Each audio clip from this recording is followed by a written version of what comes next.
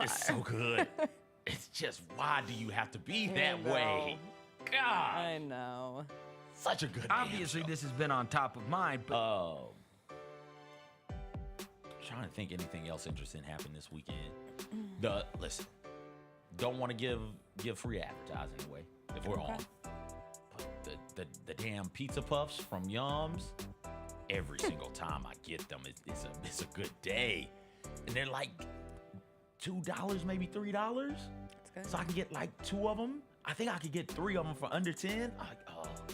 Give it to me. My fat kid soul was so happy yesterday as I sat there, crisscross applesauce, eating pizza puffs while watching the NFL playoffs transpire. Oh, so good. What was the song? Madonna's Vogue. All right. Has a really long intro. So when did Vogue come out? Probably the 80s. Okay, those songs sometime in the songs 80s. from the mid 80s to like early 90s. 90 on the dot. 93. So I'm gonna say from like 84 to 93. They were long, boy. It's nothing for you to get a 7-minute song. The whole song is 4 minutes and 49 seconds. And it takes well over a minute to get through the instrumental. And it's a good instrumental. It's a fine song. Okay. It's never been my favorite Madonna song. But Single Ladies. Not to delete it. Single Ladies and Candyman. Vogue. Kill, marry, love. I love all of them.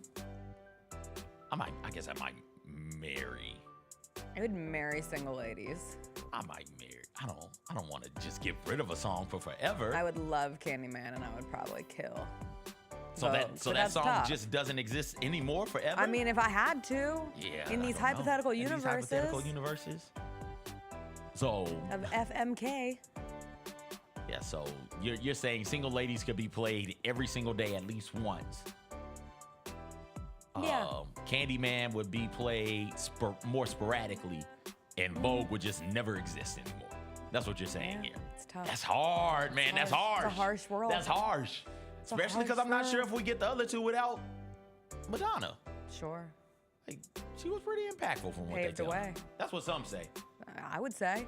What's up, everybody? It is Monday, January 27th. It is going to be a good day. Jessica Benson with you from the Grind City Media Studios in Memphis, Tennessee. CJ Hurt behind the glass. Coming up on today's show, the Memphis Grizzlies have won 6 games in a row. They play tonight at Madison Square Garden. Meanwhile, FedExForum saw 6 straight days of Memphis wins between the Grizzlies and the Tigers, with the Tigers closing out a fun week with a big dub against UAB yesterday. We will get into all of that. We got the Super Bowl matchup set with the Chiefs and the Eagles, and CJ, a big fan of greatness, and that is what we will get in the upcoming Super Bowl matchup. We'll get into all of that. A big blockbuster trade in the WNBA went down during all of the NFL action yesterday as well. Gary Parrish will join us. I believe he is in New York City. I think he's going to the Grizzlies-Knicks game tonight. We'll catch up with GP. We'll end with a little Hot Mess Express. We'll start this week out right. You know what we say. Vogue, Vogue.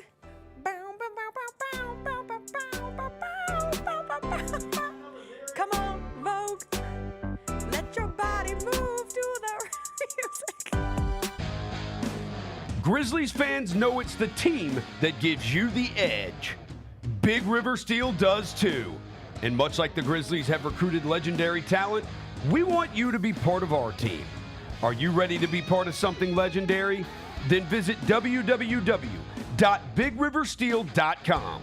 That's www.bigriversteel.com.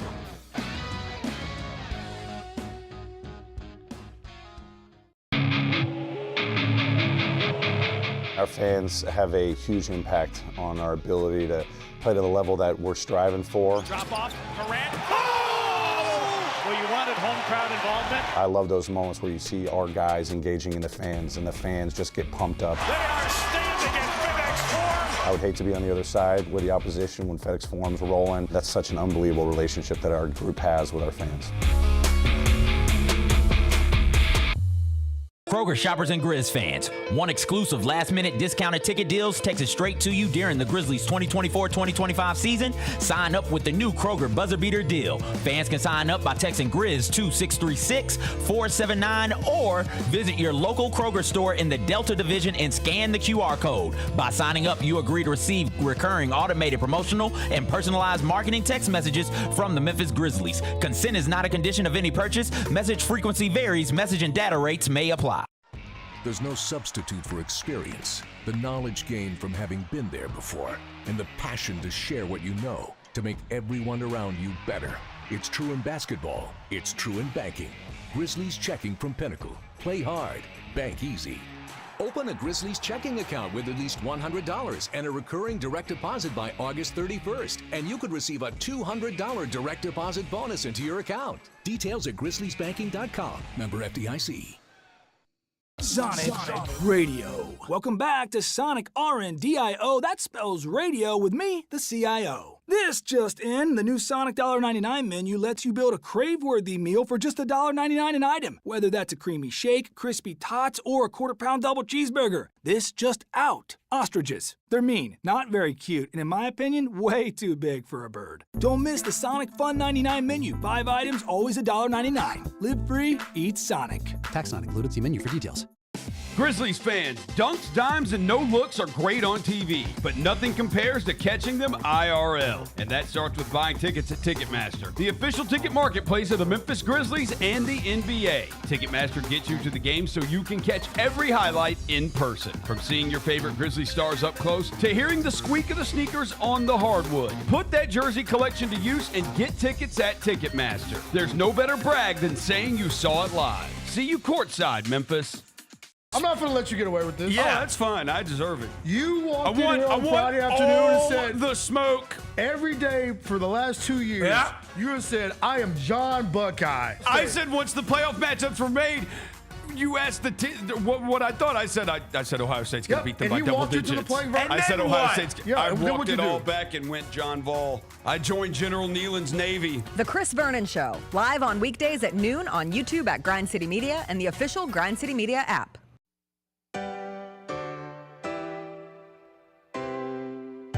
Feels great to feel the sunshine. Gotta own the day like it's all mine. Just got paid in his own time. Been working hard, I've been on the grind. I deserve this feeling, having my way. I've been on this healing. This is my day. The sun's out, let's have a little fun now. I wanna let it all out. That's what it's all about. Cause I deserve this feeling, having my way. I deserve this healing. This is my day. Grind City Media presents The Jessica Benson Show with CJ Hurt. Live from the Grind City Media Studios on YouTube at Grind City Media and the official Grind City Media app. What's up, everybody? Happy Monday. I hope everyone had a wonderful weekend. We have Super Bowl LIX is set. That is how I will be exclusively referring to Super Bowl 59. Super Bowl LIX, L-I-X. It is Chiefs, Eagles. Womp womp. Except I knew CJ would be Womp thrilled. womp. Yeah, womp womp. Womp womp. Womp womp. Just real quick, how many games have these two teams lost Womp combined womp. this year? Anybody? Womp womp. 3? Are you talking about a 16-1 Chiefs team? And They're 15-2. Oh, I'm Let's sorry. always get it Oh, correct. I forgot they lost that goofy game at the end of the year to the Broncos And the when they Eagles didn't lost play 3 anybody. games, So we've got okay. 2 teams who've lost a combined 5 games playing one another. You got Patrick Mahomes going up against the best statistical defense in the NFL and probably the best defense in the NFL. Are you kidding me? You've got Jalen Hurts in that offense with all of those weapons. Saquon Barkley toting that mother bleeping tater like that. Thick-thighed ass Saquon, high booty ass Saquon running that football with A.J. Brown, who can't be covered one-on-one, can't cover him in man-to-man. And you got Devontae Smith on the other side against this Chiefs defense that the first time they won a Super Bowl was abysmal, but now they're kind of good. They're all right. You can't get excited for that. It's a womp-womp for that. It's a womp-womp. All the stars are going to be there, Jessica. Taylor Swift's going to be there. She'll be there. Okay, I do think, since you mentioned her, and it's not being talked about enough, Taylor Swift, who has known nothing but joy as a wag in this sports world, a wife and girlfriend of a football player, has known nothing but her boyfriend's team getting to the Super Bowl, has not had to deal with the sheer sadness and depression that sports inflicts upon so many of us. But are we forgetting that Taylor Swift is a known Eagles fan?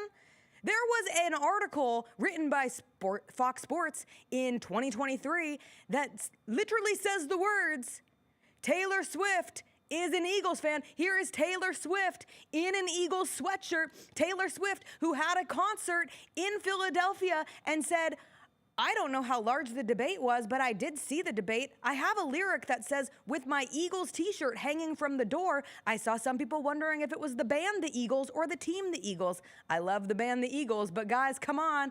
I'm from Philly. Of course, it's the team. And her dad is a hell of an Eagles fan. So this is a house divided. And I want to see what Taylor Swift does in this situation. Many of us women have been there before.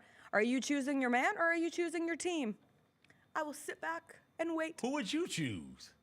Would you choose USC over Chris and his team? Yes. You choose them over your husband? Yeah, I'd be the person who would like show up in the split jersey? Not the split jersey, but maybe like his jersey with a hat, just so people know. Oh my gosh. Yeah, what will she do? She's got to be. You can't turn your back on your city. You can't be a fan of a team your whole life and then suddenly they don't matter. But what about love? Just because you're dating that tight end, that guy on the Chiefs. I feel like we've done a Hallmark movie about this, haven't we? I think there's literally, they can now do a sequel to the Travis Kelce Netflix movie. Was it a Netflix or a Hallmark? It was Hallmark. It was Hallmark. Don't put that. I'm so don't sorry. put that on Netflix. Netflix is trickling into that territory with some of the things that they're putting out too. Anyway, now the sequel can be what happens when he goes back to the Super Bowl because it's happening again. We'll talk more extensively about Chiefs, Eagles, and the Chiefs beating the Bills. I was quite sad for Josh Allen and the Bills, who now have lost 4 Super Bowls and have lost 4 times to Patrick Mahomes and the Chiefs in the playoffs. And Josh Allen still has never won a road playoff game, which is insane. Not road, but home. That's a transition. FedExForum right behind me. We had 6 straight days of basketball at FedExForum, and what did we see?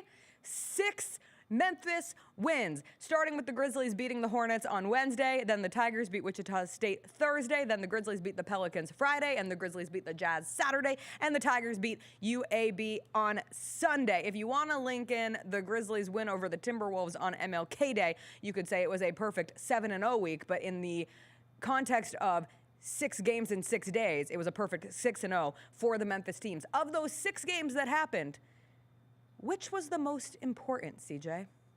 Which game mattered the most? The UAB win. 100%. The UAB win. No question. Penny Hardaway's been here, 6 years now? And I think this is the first time. I may be mistaken. Tigers have had a lot of good wins in that time. This is the first time I left like, oh, that damn Memphis Tigers basketball program might be kind of good. Like, that's how good they looked against UAB. I think I texted you and Jacob, other Jacob, not regular Jacob, when the game, about midway through the first half, maybe a little bit later in the first half than that. I was like, yo, this is the most remarkably competent Memphis basketball team I've seen in Penny Hardaway's tenure. Like, that's how they were playing. The turnovers weren't near as egregious as they were. Good on the glass. They were good on the glass. Offensively, they were getting quality looks in addition to the shots that PJ Haggerty was making, which is just incredible. He's a tough shot maker, taker. Great to have him on. Defensively, the pressure was there, and they weren't just getting beat off of the dribble. Like, that was a really good win, I think, for the Memphis Tigers. Hopefully it's something they can build on. Lowest turnovers they've had all season with 13. They had 32 points off of UAB's turnovers. Every time UAB got close-ish, Memphis didn't let up, even when it got to around like the 13-point mark, I think, with less than 5 minutes to play. Memphis closes on an 18-8 run, reaches 100 points for the first time this season, wins by 23, and it's against the team that was picked to win the American Athletic Conference. And from the moment Penny Hardaway decided to start Dane Danger, I thought it was one of his best coached games, and that decision proved to be a huge plus for the Tigers. And for Dane Danger's first bucket of the night to be that dunk on Yaxel Lendeborg. Yaxel Lendeborg, who then Dane Danger after the game said, sorry, never heard of him until we started scouting for this game, despite the fact that he was the AAC preseason player of the year. And Dane Danger has been about this life of putting his nards forward, we shall say. I don't know, dunking on a dude's head, like literally. Like ending up with the legs up there. He posted the picture of him at Illinois with one of those dunks and then the dunk from yesterday as well. But like, this Lendeborg had people saying some crazy things in the last couple of weeks in the college basketball space of could he be a dark horse player of the year candidate? He is averaging a double-double and has been a huge reason for UAB's 5-game winning streak that they took into yesterday's game. But Dane Danger did that and then proceeded to be so strong for the Tigers in that win. And Penny said that he'll roll with him in the starting lineup the rest of the way, or at least in the next couple games. And he should. Yes. He is a better finisher at the rim and than Cisse, and he has the ability to pass out of the post, and sometimes that's what you need. You can't get the ball. You can't be tunnel vision anywhere on the basketball court, anywhere. But it can happen sometimes when you're a post player and you're posting up on the block and they throw it to you and you take a couple dribbles and you got to think, oh, I've got to put this shot up. I'm not open, but I'm close. So I'm close enough. Let me just throw it up on the rim and see what happens. And that leads to bad shots, contested shots. It also leads to over dribbling, turnovers, things of that nature. But with him, he could catch the ball in the post and realize, oh, here comes a double team. Let me just make the next easy pass. Once you make that first pass, defense is behind. As they say, swing, swing, you get an open look at something, right? So I think that this is the move to make going forward. I like this move for Coach Penny Hardaway. And if this is the Tigers team you're telling me I'm going to be getting the rest of the year, ooh, baby, go Tigers, go. Let's get it. And yet still, what stands out, even with that nice win over UAB, even scoring 100 points for the first time in this season, Memphis moved in the net from 43 to 41. They're in. Oh, they're in. All this net talk is only all matters. seeding. Only matters. You go on a little losing streak. Just avoid the losing streak, and it doesn't matter. And to your point, Jessica, it matters from a seeding standpoint. Maybe I can't imagine that there will be that large of a discrepancy between AP voters who have the Tigers in the 20s and the committee members who would be looking at the net and other advanced metrics that have them in the 40s. Right now, if you had to seed them, it feels to me like they're a 5-6 seed. Yeah. And I think that's pretty damn good. I can't imagine that they go from feeling like a 5-6 seed right now, assuming everything holds and they don't go on one of these goofy-ass losing streaks. I can't imagine that AP will have them as a 5 or a 6 seed, and the voters, the committee members, will have them as what 40 would be 8 or a 9 seed. Like I can't imagine that type of discrepancy. But if it is what it is. Go out there and play ball, dog. 11 games left for the Tigers, and the motto will be, just don't lose.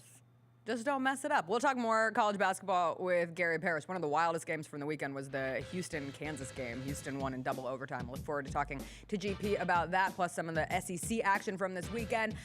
If Tigers UAB was the biggest, rivalry week between the Grizzlies and the Jazz would have to be. Oh, CJ's trying to put rivalry week in quotes. I saw Drew Eubanks get tossed out of that game on Saturday night. I'll do it on camera. Memphis, Utah, rivalry. How does that can't be a real thing. I saw it with my eyes. What? They hate each other. Okay. Hate runs deep. What a goofy Zach flagrant Edey, two the enforcer. Also. That was a terrible flagrant two. It was a terrible flagrant two. But the Memphis Grizzlies have won 6 games in a row. They had a chance to stack some wins against not very good opponents, and they did just that going into what should be a fun potential week for this team. We'll talk about it when we come back.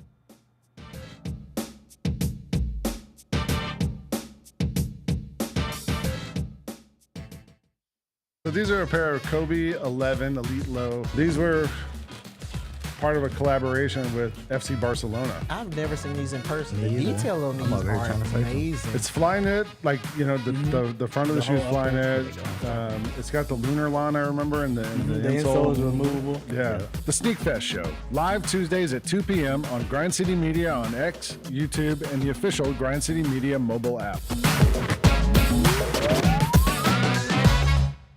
about them Tigers? How about Go the Tigers. Go. Beat Tulane in a game that nobody called. Nobody thought was going to happen. They were a 2-touchdown underdog, and they got the win. Number 25 in the AP right now, number 24 in the coaches poll right now. So this is a Tigers football team that's going to end the regular season ranked in both major polls, possibly ranked in the CFP as well, with 10 wins. That's a damn good season. The Odds Couple, live at 2 p.m. on YouTube at Grind City Media and the official Grind City Media app. Sitting right next to me, am I right? The one and only Jay Huff. Were you comfortable there in your seat? I'm great. You know, I've been adjusting it, playing around with the height settings. What are you exactly? 7'1" or 7 even? Or I say 7'2" because I wear shoes. Hey, Grizzlies fans, be sure to tune in to Grizzbeat, where the panel and I break down all things Grizzlies and take a look at the rest of the NBA as well. The show is live every Wednesday, 2 p.m. on YouTube at Grind City Media and the official Grind City Media app.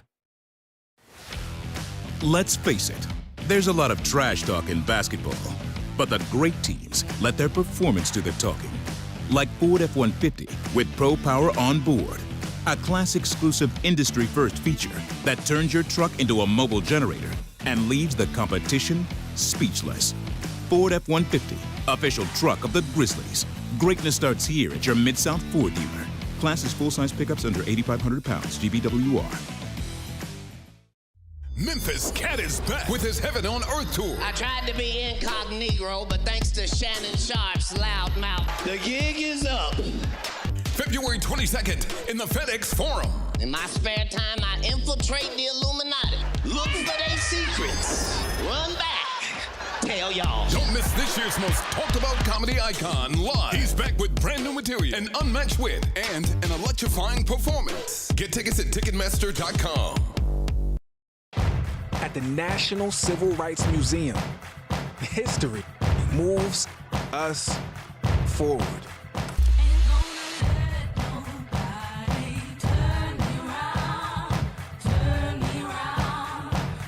The question remains, how does history move you?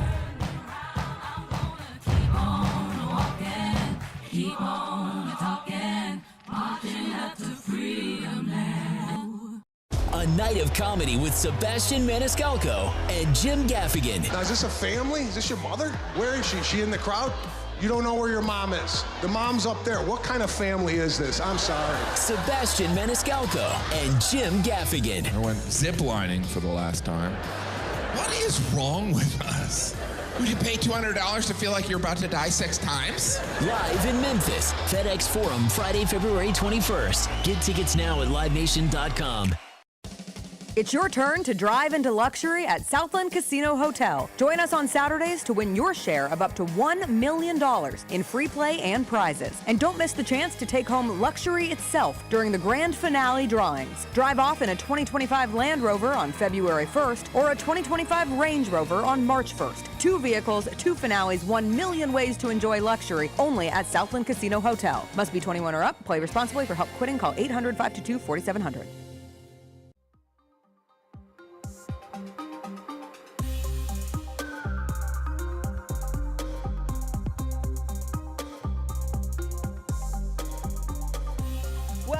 Welcome back. The Memphis Grizzlies went into last week with an opportunity to have 3 games against below 500 teams. Talk about the Tigers, just don't mess up. Kind of same thing for the Grizzlies. Just take care of business, get some professional wins before you have what should be an exciting week coming up. You get Grizzlies Knicks at Madison Square Garden tonight, a battle between the 2 number 3 teams in the West and the East. And then that game Thursday, an 8:30 p.m. tip, but thank God it's an exciting one because I genuinely cannot wait to see Grizzlies Rockets, number 2 versus number 3 in the Western Conference. Right now, they are tied technically for second in the West, but Houston has a better winning percentage and would have the tiebreaker over the Grizzlies. And the Grizzlies have not been able to beat the Houston Rockets this season, so that is a game that is going to be on TNT, and it will be seen even better in person. So be there Thursday night for Grizzlies Rockets. But then their next game after that is back on the road at Milwaukee against the Bucks. So you get Hornets, Pelicans, Jazz, followed by Knicks, Rockets, Bucks, which is definitely an elevation in competition. But for the Grizzlies, I thought this homestand showed a variety of ways to win, and a good team can find different ways to win games. The game against the Pelicans on Friday, you're down at half. Originally, it looked like C.J. McCollum and DeJounte Murray were going to have monster games, but the defensive changes that this team was able to tap into on Friday, Luke Kennard went off for another 7 threes in a game. There was no Ja. Once again, we had a Ja-less, Zion-less Grizzlies-Pelicans matchup, but the Grizzlies are able to get a double-digit win over New Orleans, and Jaren Jackson Jr. was once again nothing but awesome, and he was the same in the game against the Jazz. Like, the number of one-on-one opportunities that Jaren Jackson Jr. took advantage of against the Jazz on Saturday, really impressive. 20 of his 28 in the first half. But just seeing this team find different people to rely on any given night. And we joked about the Grizzlies-Jazz game being a rivalry week game. It was a pretty boring game, except for that brief moment in time where I thought we might really have something brewing between these two teams. And then they went and threw Drew Eubanks out for the softest flagrant 2 that you will see. But I could watch the video of him running at 7'4", 300-pound Zach Edey, and Edey just walling up over and over and over again. Ja talked about this after the game and said that Edey asked him if Eubanks was bothering him, and Ja was like, no, it's good. And then Zach Edey apparently was like, no, I think he's bothering you, and proceeded to show that he can be an enforcer on this team. I love that for Zach Edey, who had 19 points, 7 rebounds, 4 blocks, 2 steals, and caused an ejection on Saturday. He had a double-double on Friday. That was his first time scoring in double figures in the month of January. I thought this was a very good Zach Edey weekend. If you're Eubanks, you got to keep your feet moving, dog. He hit him and then stopped. No, you got to run through him. Put your hand on him. Get on the inside. Get on the breastplate and drive once you hit him. All the good football players. I don't think you can run through Zach Edey. If you certainly can't hit him and stop your feet from moving. You got to keep going, man. You made that decision. You saw it too. You saw him decide, okay, Zach gave him a little extra on the other end, the possession right before, and you saw him why I oughta and get the run and start the full length of the court, and that's the best you come up with. Why I oughta. And then as Zach, you can't then in that moment, as Zach starts to tower over you and puff his chest out, you just got to go chest to chest with him as best you can, or chest to nose. That's a 7'4" human being. You're not going to be chest to chest. You can go chest. Eubanks isn't small. You go chest to throat with him. You got to get in there somehow. You can't be retreating as he's rolling up on you, man. You made that decision. Stand on it. Stand up for yourself. Goodness gracious. He hit him and then ran. Like, what are you doing, Eubanks? Stop that. That's why he got thrown out. That's That's why. I like that call. Now that you mention it. I changed my mind. I thought it was goofy to give that anything more than what it was to me, which was a common foul. Shouldn't have been a tech to me. Shouldn't have been a flagrant. Certainly not a flagrant 2. But if you do something like that and your immediate reaction when dudes start puffing out their chest is to retreat, yeah, get them off the court. We don't need to see that anymore. That's a flagrant 2. I like that call, Jessica. Also, Zach Edey played hockey. Like, Zach Edey's built for this kind of thing. Okay. Also, did you see the photo of Edey and Ja with the handshake? You were telling me about this. I hadn't seen it. There are times where you're just reminded, like, how large Zach Edey is as a human being. That moment with Drew Eubanks being one of them. Anytime he's able to dunk without leaving his feet in warm-ups is another. And then images like this, look at Zach Edey's hand in comparison to Ja Morant's hand. Both professional basketball players, larger than normal human beings, even though Ja on the smaller side. His hand, that's like God's hand from Zach Edey. Like, my God, man. That is just a massive human being. And the face mask, I wish that he would wear the face mask all season. It's clearly not bothering him at this point, and it is a look.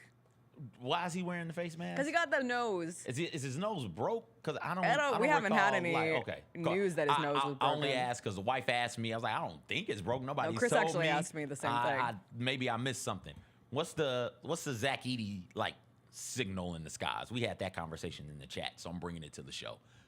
Zach Edey, mass basketball hooper by night. He's also going to fight some crime.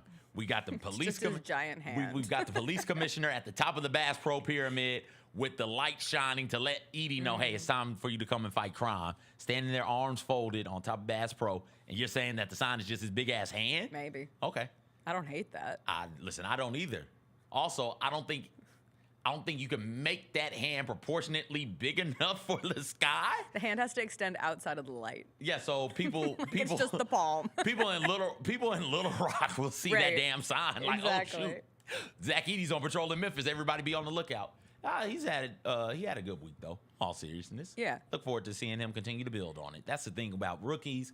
They'll give you good weeks, and then they'll give you head-scratching weeks. It's about finding the consistency, and hopefully they can find that by April. And right? I wouldn't be surprised if he doesn't start tonight against the Knicks, and that they go with Brandon Clark, and maybe this is one of the games where Edey comes off the bench and plays 15 minutes. They hadn't done that though. Yeah, they have. Have they? Yes. They've moved them when it feels like Edey is now the starter again. It doesn't feel like they do the switching a whole lot. There was that time where Brandon Clark was a starter. I'm not sure why. I know. I'm trying to think when the last BC start was. It feels like this is just how they're going to roll. Now, how long Edey plays and what they do, not necessarily once he starts, like he's going to play a significant time that first run, but it's usually the second, third, fourth runs for Edey that where the minutes start getting cut. So they'll run him 8-9 minutes the first time, and then depending on how he plays, they might run him 2 or 3 the next time, and then they might not run him anymore after that. But why do you think that they might roll with Clark? Just a better matchup with Karl Anthony Towns and the different looks that you can send that way. He's not. I don't think he's. Karl Anthony Towns will bully Brandon, won't he? He'll go by Edey. This is the Jaren conundrum, right? This is the like conundrum, he'll correct. bully one and go by the other one. So, what's the solution here? And I think that Edey is, while yes, he might be a liability on Karl Anthony Towns, he's still a really good rim protector, and you will need somebody out there to be a rim deterrent for the Jalen Brunsons of the world. Saw that interaction that Brunson and Bridges had after the Eagles game. It was pretty funny. But yeah, you'll need somebody there, and I think Edey fits that role better than Clark, who's also going to be a defensive mismatch if you're going to put him on Karl Anthony Towns. Right. And Josh Hart, who had 18 rebounds in the Knicks win over the Kings from Why is he over so the good at weekend. I rebounding? don't know. He's way too small to be that good at He rebounding. is one of those players who every time, I haven't watched a ton of Knicks games this season, but every time I end up watching a Knicks game, going back to last postseason, it's like, man, I wish Josh Hart was on my team. He's just one of those players, you know? You're like, I wish he was on our team. I wish. I mean, not if you're a Warriors fan, because Steve Kerr run him out there at the freaking 5. What are we talking about here? But Josh Hart can rebound. Small ball lives forever. It will never die. But this will be a good test on the glass for the perimeter players. Sure. Those bigs are going to be boxing out. They've done a tremendous job of boxing out this year. Josh Hart is going to go to the glass. You've got to be able to put a body on him on the defensive side of the ball and box him out. And then somebody's got to be coming in over the top to secure the ball. I'm of the things in this game I'm most intrigued by is that right there. How well will this Grizzlies team do on the glass? Been impressed by Desmond Bane's rebounding. He had 9 boards against the Jazz. And granted, it's not like the Jazz have infinite size working for them. That Jazz team, I know they want Cooper Flagg. That is what the goals of their season are. Boy, that's going to be a white-ass lineup. Can you imagine Lauri Markkanen, Cooper Flagg, Kessler, and Kessler? That's a lot of big old white boys. The everyone gets really excited to use that exciting whites. Like I think we're overusing the exciting whites graphic at this point. Okay. But if you end up with Flagg, Kessler, and Markkanen all in Utah, I will give them full reign of ownership of the exciting whites. Who else is exciting whites other than the secondary, the KK coverage 2 dudes? Filipowski. Oh, they do have Filipowski. Yo, they would have 4 white dudes who I'm pretty sure we all think look exactly the same. And Svi Mihailuk. Oh my gosh, that's a lot. And they're American, right? 3 of them would be American. Kessler is. Flagg is. Markkanen isn't. Not. No, Markkanen is. No way Svi Mihailuk is. Markkanen is from over yonder way somewhere. Mihailuk's Ukrainian. and Markkanen is Finnish. The Jazz got to go out there and make a trade for Alex Caruso at this point. You got to get Austin Reeves or something like that. America's got to add Finland to the. You got to go out there. Don't play. I know. That's what I want to clear. National security is at risk, Jessica. We got to go over there and take other people's stuff to keep us safe. Support. Yeah, go out there and why not? You're the Jazz. I'm sure you've got some draft picks the Lakers might be interested in. Yeah. Go out there and go all in. Go get Austin Reeves and let's go. Why not? It already snows in Utah. Like, let's get it. It's true. Snow outside, snow inside on the court. Let's make it happen. Anything else that stood? Desmond Bane rebounding. I was going to say, Jaren's assists in the game against the Pelicans. He had 7 assists. Desmond Bane had 14 assists in that game. That's the second time. Just the complete game of Desmond Bane, I guess, is where looking at where we're sitting with the Desmond Bane conversation today versus a couple of weeks ago. He has really found his groove again, both as a scorer, as getting downhill, getting to the basket, but also creating for others and limiting those turnovers. There seems to be more of a comfort with Desmond Bane. And listen, I liked Jenkins going back to that starting lineup of Bane and Kennard that we first saw in San Antonio when Ja was out, and it allows Scottie Pippen Jr. to keep coming off the bench, and also allows for Luke Kennard to be a more aggressive version of Luke Kennard. Like, what stands out in those two, and this month really, has been Luke taking more shots, and I know that didn't end up happening against the Jazz on Saturday, and that's fine. I think this is a huge stretch for Luke Kennard coming up, because if you can pour it in against the Pelicans and the Hornets, that's one thing. But let's see what his contributions look like against the Knicks, against the Rockets, against the Bucks. Like, what is his ceiling for this team in the playoffs? I know it's January 27th, but that's all this matters for. Your Grizzlies good. That's what you've got to be thinking. You got to be thinking, hey, what does this look like come April, May, and whispers it, maybe even June. I like this. This is what you do. I think the highlights of the month for me have been one, Desmond Bane looking like he's back good. Whatever the funk was he was in, it looks like he's come out of it in a pretty impressive sort of a way. And 2, Luke Kennard. Right? Luke Kennard showing that he can be a ball handler on the court and still give you the shooting that you so desperately need in this league. I think that's huge. That bodes really, really well for the Grizzlies perimeter and backup point guard position. Mm-hmm. Just the flexibility of all of these players and being able to tap into different strengths on any given night allows for the depth to continue to flex. Again, want to see it against these upcoming opponents, but for now, the Grizzlies in third in the West, 31-15. We will take a quick break. Gary Parrish is going to join us. Apparently he's in studio. Apparently I completely misunderstood that Gary Parrish is not in New York today. Is not going to Grizzlies Knicks. I'll ask him about it. We'll talk Grizzlies, we'll talk Tigers, we'll talk everything and anything with GP when we come back.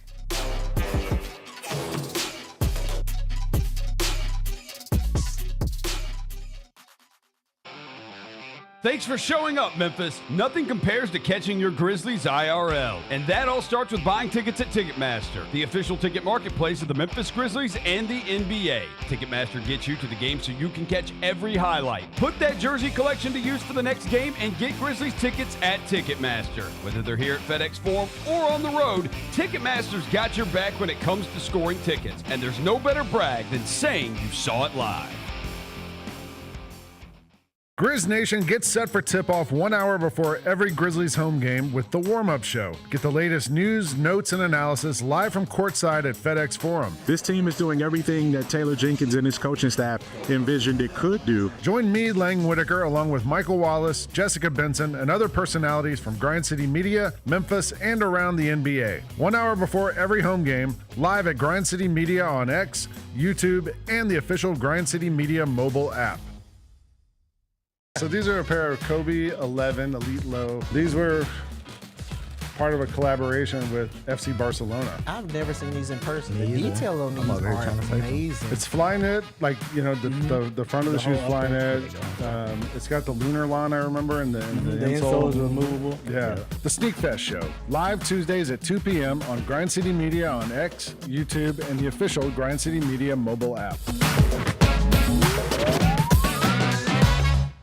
How about them How Tigers? about Go the Tigers. Go. Beat Tulane in a game that nobody called, nobody thought was going to happen. They were a 2-touchdown underdog, and they got the win. Number 25 in the AP right now, number 24 in the coaches poll right now. So this is a Tigers football team that's going to end the regular season ranked in both major polls, possibly ranked in the CFP as well, with 10 wins. That's a damn good season. The Odds Couple, live at 2 p.m. on YouTube at Grind City Media and the official Grind City Media app. Sitting right next to me, am I right? The one and only Jay Huff. Were you comfortable there in your seat? I'm great. You know, I've been adjusting it, playing around with the height setting. What are you exactly? 7'1" or 7 even? Or I say 7'2" because I wear shoes. Hey, Grizzlies fans, be sure to tune in to Grizzbeat, where the panel and I break down all things Grizzlies and take a look at the rest of the NBA as well. The show is live every Wednesday, 2 p.m. on YouTube at Grind City Media and the official Grind City Media app.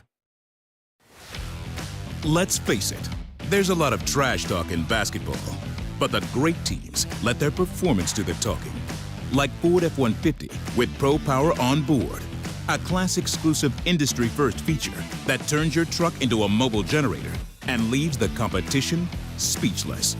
Ford F-150, official truck of the Grizzlies. Greatness starts here at your Mid-South Ford dealer. Class is full-size pickups under 8,500 pounds, GBWR. Memphis Cat is back with his Heaven on Earth tour. I tried to be incognito, but thanks to Shannon Sharp's loud mouth, the gig is up. February 22nd in the FedExForum. In my spare time, I infiltrate the Illuminati. Look for their secrets. Run back. Tell y'all. Don't miss this year's most talked about comedy icon live. He's back with brand new material, an unmatched wit, and an electrifying performance. Get tickets at Ticketmaster.com. At the National Civil Rights Museum, history moves us forward.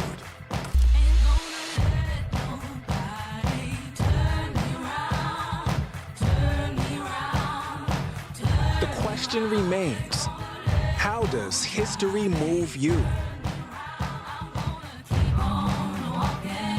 Keep on talking, marching up to freedom now.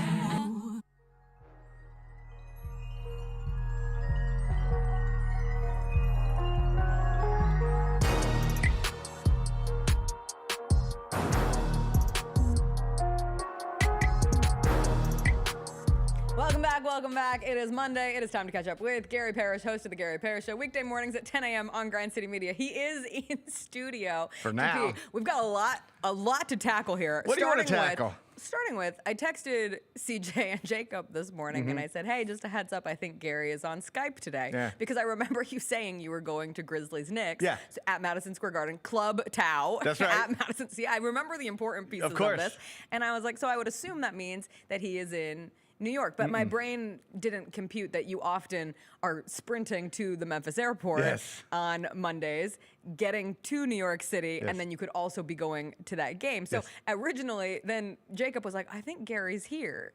And I was like, oh, so Gary's not going to Grizzlies Knicks. But to clarify for everybody, you are here. I'm here right now. You are going to Grizzlies Knicks. That's the plan. At Club Tau at Madison Square Garden. And I think that solves that piece of it. Yeah, anytime you're confused, you just ask. You know, just shoot a text. Me, you, and Bennett. That works too. We do have an Algeria Strong group text. We have an Algerian Strong. We were supporting the Algerian women's boxing team at one point. Forever and always. Forever and always. So we decided that's what we should name our group chat. And if you ever need to know where I'm at, you could ask. Yeah. I'm not trying to keep it from you. You know, I've learned this about myself. If I can solve something without texting the person who is like really busy, I always try to do that. But next time I'll just text you. I don't get offended by texts. I get offended by unnecessary phone calls. I hate. If you call me for something that could have been done with a text, I will not answer the next time you call. I appreciate the person who says, "Can I call?" Because then That's I awesome. can respond back saying, no. Right. I'm almost at the point that I won't call somebody that I don't regularly call without texting first and saying, hey, you got a couple minutes? I want to reach. Yeah. Like I get sort of not weirded out, but like when my phone rings and it's not somebody, it's just like that I'm expecting to call, and it's just like, hadn't heard from this person in 6 months, and their name just popped up in my phone. I get like real kind of concerned. Yeah, like what is this about? I have 2 friends and 2 friends only who I can call at any given time, and they can call me, and it's just a mutual understanding that we will probably be playing 2 weeks of phone tag before there is one magical moment in the sky where we're both available at our phones at the same time. But anyone else, I get worried if I see their name pop up, and if I were to accidentally like butt dial someone, I text them immediately like, "Hey, that was an accident." Right. But yeah, no, I don't want phone calls at most times because I'm just trying to live my best relaxed texting life. There's one person I know who would text me randomly, and they would call me, and I'd be like, okay. Oh, that's the worst because you think something's wrong. Then I would call. I just want to catch up. And that's what it is. And I said, what is this about? And they were like, I was just saying, what's going on with you? You texted me, call me. You wanted me to call you so that just to see what's up with me? Like, what are we doing?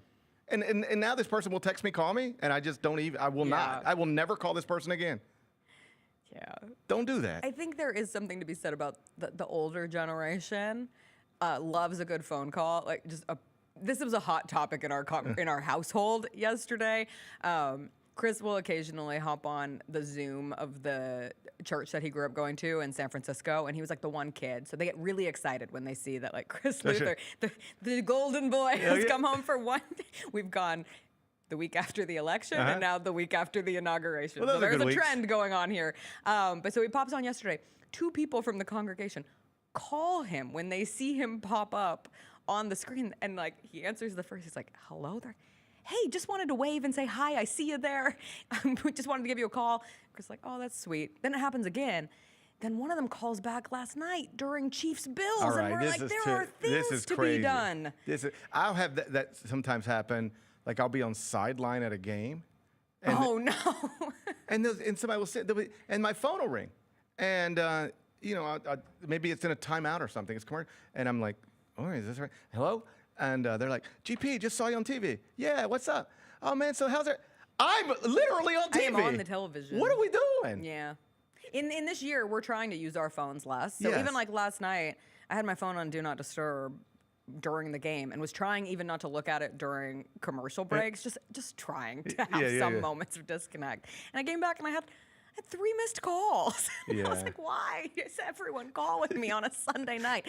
Anyway, between you being here, please don't call Gary when you see him on a show. No, call me if it's like important. Okay. Yeah. Otherwise, let's table I'm it. more of a texter at this point in my life. Yeah. I like the text. I love a text. I feel like we can get everything done we need to get done via text. I'm a high-level texter. Yeah. The chat wants to know about your car, which we were talking about during the break. Your Tesla has been dead, but not entirely dead, but dead enough where it's been sitting here for 2 weeks? Yeah, it's a real issue. Here's the update. The backstory is I'm an electric vehicle owner. And is that you not saying you have a Tesla? Well, I used to be like, I didn't used to talk about it at all. But now there's like... It's okay, you don't have a Cybertruck. When I bought a Tesla, it did not... It was for the environment. It was really just because I thought it was an awesome car. Okay. And by the way, it is an awesome car. I don't know about that guy in every aspect of his life, but he can build a hell of a car, all right? The car is amazing. Well, that one. Like the Cybertruck is just an abomination. Yeah, well, the one I got, I like. That's fine. All right? The one I like, I got. How about this? The one I like, I didn't know if I'd like it when I got it. I would own a million of them. They're terrific. A million? I mean, I would. You get it. When I get rid of this one, I'll probably get another one just like it. All right? Except for now that brand has stuff connected to it that I don't love, but like, what am I going to do? I can't fix the world. All right? I don't even think it's my job. So I was in New York for 11 straight nights, came home, got my car. It was like 22% at the airport. It's fine. I drive home on a Friday night. This was a few Friday nights ago. And get home, and it's like 20%. This is fine. This is a total enough battery. No need to freak out. I know at that point I'm not leaving my house again this weekend. the next time I leave my house would be to go back to the airport. So I'm like, I don't even need to put it on the charger. It's fine because I'm just going back to the airport, and then I'm going to FedExForum, then straight to the airport, then to New York, then back home, and that's enough battery for all of this. It's fine. I get into my car that Monday morning, whenever it was, to go back to FedExForum to do this. Yes. It's a day just like today, and I guess this was last Monday, just like today. And I got to go by the time I get to FedExForum, I have gone from 20% to 0. That's not normal. The cold had zapped my battery in a way I was unfamiliar with. So when I get here, it's like 2%. I'm like, geez. By the time I go back to get my car, because I'm like, I can get to a charger, it's on 0%. So I parked the car perfectly, just so Mike Wallace would approve, and Uber to the airport. And just like, I'm not going to worry about it. And then I came home last Thursday night, and I'm only home for a few days, and I said, I'm just not going to spend part of my few days home worrying with this. That car can sit there. And so then I had to get other people to chauffeur me around. So my wife drops me off this morning. God bless her, the sweetest soul. And we get here, and I click my car, and I'm like, oh, wow, it's still kind of turning on. So it says 0%. I'm scared to try to drive it, but it will turn on. How 0 is the 0? That's what you got to know. How 0 is the 0? Can I get Is it a straight zeros, or is it like the this is what I'm trying to figure out. minuscule seconds before the 2-minute warning that they granted the Chiefs That's yesterday? exactly what we're talking about. It's the difference between, am I at 0.9 or 0.1? I don't know. But I'm somewhere in that range. So here's my new adventure. Can I get to a player's Tesla charger in the player's parking garage without going dead? But how horrific would it be? If my car just... you're stuck. Like, if you inconvenience everybody some way, somehow, with where your car gets stuck. This is my fear. Yeah. I go, okay, my car will come on. Let's drive to the player's garage. And I drive 20 yards, and now I'm dead just right in the middle of the parking garage. Or what if your car, because they're on the road, what if your car gets stuck, like, right in front of John Morant's car? And keep this in mind. And he gets back from New York. And then he has to go on the status report, John Morant questionable because GP's car is blocking him in. I don't want that on my life. I don't want that. I don't want that stress in my life. And then, and so then to add another variable to it, I have a flight to catch. I don't have time to deal with this. Yeah, because I'm going to Tao tonight. So I don't even have time to deal with any of this. So not only is it a question of, can this be done? It's a question of, do I even have time to deal with it if it could? Long story shorter, that car's probably just going to sit there for another 2 weeks or so. That's crazy, because we had unexpected car problems yesterday. Chris came out of the grocery store and noticed that he had a flat tire, and then found a nail in his tire. Just replaced his tires. You hate to see it. It's tough. Because guess what? Nails usually not under warranty. No. Tires, like manufacturing issues, sure. Nails, no. The sweet streets of Memphis, no. Not gonna serve for it. I went through a phase with my previous car. It was it's sort of, I don't know. It wasn't great at handling potholes. And tough city to live in. I spent a lot of money at Gateway Tire just getting tires replaced. Like, I would get tires replaced so often that they would literally still be under warranty, and I would go get a new tire and they'd be like, GP, you owe us $8 because this percentage of it's covered. And driving around this city, I'm not trying to disparage the city. No, the roads stink. It was bad. It was bad. I was getting flat tires more often than you should. Potholes, nails. Nothing ruins a day more. Like, you'll just be bopping about. Things are good. You got games to look forward to, too. Conference championship games to look forward to. You just got to get that grocery shopping in. You're going to make it home. You might miss the beginning. This was my husband's life. I'm sitting at home on the couch. Of course. Because I don't do the grocery shopping. I can't be trusted. And you think you're going to make it home maybe halfway through the first quarter. You'll just miss the beginning. It's okay. Next thing you know, you're driving around trying to find someone who will patch your tire on a Sunday just so you can get it where you're able to drive it into the shop on a Monday morning. And now I'll have to go pick them up from work. But it really it inconveniences everyone. You kind of have inconvenienced everyone by choice. My kids, my wife, my kids' friends' parents. Like, we had to do a whole thing this morning because of my stupid car. Like, my kids, I had to be here at 8 a.m. to get started. My kids can't be dropped off at school that early to get me here. So we actually this morning all got up, took the little guys to their friend's house so their parents could take them all to school so that my wife could then take me here. And now she's got to figure out what to do with my car. Plus. And you lost Bennett Doyle's badge in the meantime. Not to tell your business. No, he does. Oh, I told him. I'm pretty sure I told him that. Yeah. Yeah. I borrowed Bennett's badge for 2 minutes and have lost it. Wait, you shouldn't have told him, because what if you find it? Now he knows I that want you to find it. can't I be don't. trusted But I with Yeah, don't. but now badge. Bennett needs to know that one of his inconvenience of the day could be having to go get a new badge because Gary lost his. Bennett was just trying to be nice. Bennett will never go to New York. I am not making. And now you took his badge. I'm not making anybody's life easier. I know that. And then I also had one final request from my wife as I left town. Okay. Do you know what I asked my wife to do? Would you be comfortable asking your husband to do this? I said, sweetheart, thank you for dropping me off at work and inconveniencing yourself. I also need you to drop my color guard off at the post office. You're making your wife I'm asking. drop your poop off at the post office. Got to make sure I don't have colon cancer. Only one way to find out. We did talk excessively about this on your show. Okay, well, this is one way. Right. Some people get colonoscopies, others poop in a box and send it off at the post office. So wait. She has to walk into a post office today with a box of doo-doo. But more importantly, she has to just drive around with a box. It's in the back of her car right now. I would feel comfortable asking my husband to do this to answer your question, Yes. because that's marriage. Yes. That's what you sign up for. That's what you sign up for. You're The gonna good, the bad, the ugly, You do the poop in a box. When you first meet somebody, you never imagine there will be a day where you drop their doo-doo off at the post No. office. It's not what you think about. It's not what you think about. God bless. But the post office was closed on Sunday, and I don't have time today. As post offices tend to be. Again, the things you could have thought through. Maybe you could have I gone. haven't thought through- Couldn't you have gone Saturday? I didn't have a car. Walk. Take your little feet, take your box of Cologuard, and walk to the nearest post Now I'm office. picturing I have Gary reached on my one of point his in my kids' life. bikes in the basket. In the basket. I have reached with the point in my Cologuard life riding. where I Get have. a bird scooter. Put a basket on the bird I scooter. have no badge to get into work. I have no car. Everybody thinks my Gary. life's so much fun. Here's my life right now. I got no car. I got no badge, but I do have a box of shit. That's where I'm at right now. That's where my life is right now. You think it's gonna get better? You trust your wife to get that box to the post office. I trust her to get it out of her car as quickly as possible.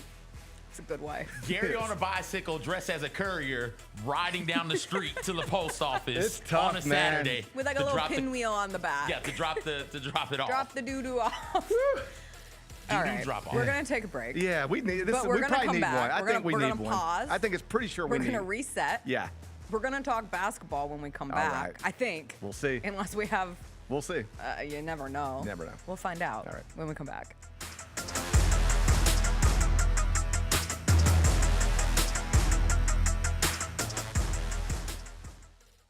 A night of comedy with Sebastian Maniscalco and Jim Gaffigan. Now, is this a family? Is this your mother? Where is she? Is she in the crowd?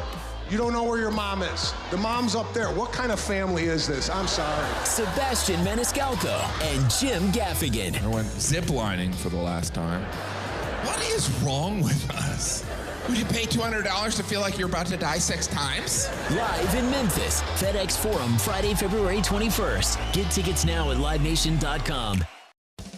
It's your turn to drive into luxury at Southland Casino Hotel. Join us on Saturdays to win your share of up to $1 million in free play and prizes. And don't miss the chance to take home luxury itself during the grand finale drawings. Drive off in a 2025 Land Rover on February 1st or a 2025 Range Rover on March 1st. 2 vehicles, 2 finales, 1 million ways to enjoy luxury only at Southland Casino Hotel. Must be 21 or up. Play responsibly. For help quitting, call 800-522-4700. Thanks for showing up, Memphis. Nothing compares to catching your Grizzlies IRL. And that all starts with buying tickets at Ticketmaster, the official ticket marketplace of the Memphis Grizzlies and the NBA. Ticketmaster gets you to the game so you can catch every highlight. Put that jersey collection to use for the next game and get Grizzlies tickets at Ticketmaster. Whether they're here at FedExForum or on the road, Ticketmaster's got your back when it comes to scoring tickets. And there's no better brag than saying you saw it live. Grizz Nation gets set for tip-off 1 hour before every Grizzlies home game with the warm-up show. Get the latest news, notes, and analysis live from courtside at FedExForum. This team is doing everything that Taylor Jenkins and his coaching staff envisioned it could do. Join me, Lang Whitaker, along with Michael Wallace, Jessica Benson, and other personalities from Grind City Media, Memphis, and around the NBA. 1 hour before every home game, live at Grind City Media on X, YouTube, and the official Grind City Media mobile app. Dusty May was at Florida Atlantic last year. Tonight you'll watch him coach at Michigan. So why do I care if a football player decides to leave one place where he's making whatever money to go somewhere where he's making even more? It's what most coaches do every year. So I cannot stand it, and I mean can't stand it when the coaches sit up there and act like these young people are doing something wrong. The Gary Parrish Show, live on weekdays at 10 a.m. on YouTube at Grind City Media and the official Grind City Media app. How about them Tigers? Go. Beat Tulane in a game that nobody called. Nobody thought was going to happen. They were a 2-touchdown underdog, and they got the win. Number 25 in the AP right now, number 24 in the coaches poll right now. So this is a Tigers football team that's going to end the regular season ranked in both major polls, possibly ranked in the CFP as well, with 10 wins. That's a damn good season. The Odds Couple, live at 2 p.m. on YouTube at Grind City Media and the official Grind City Media app.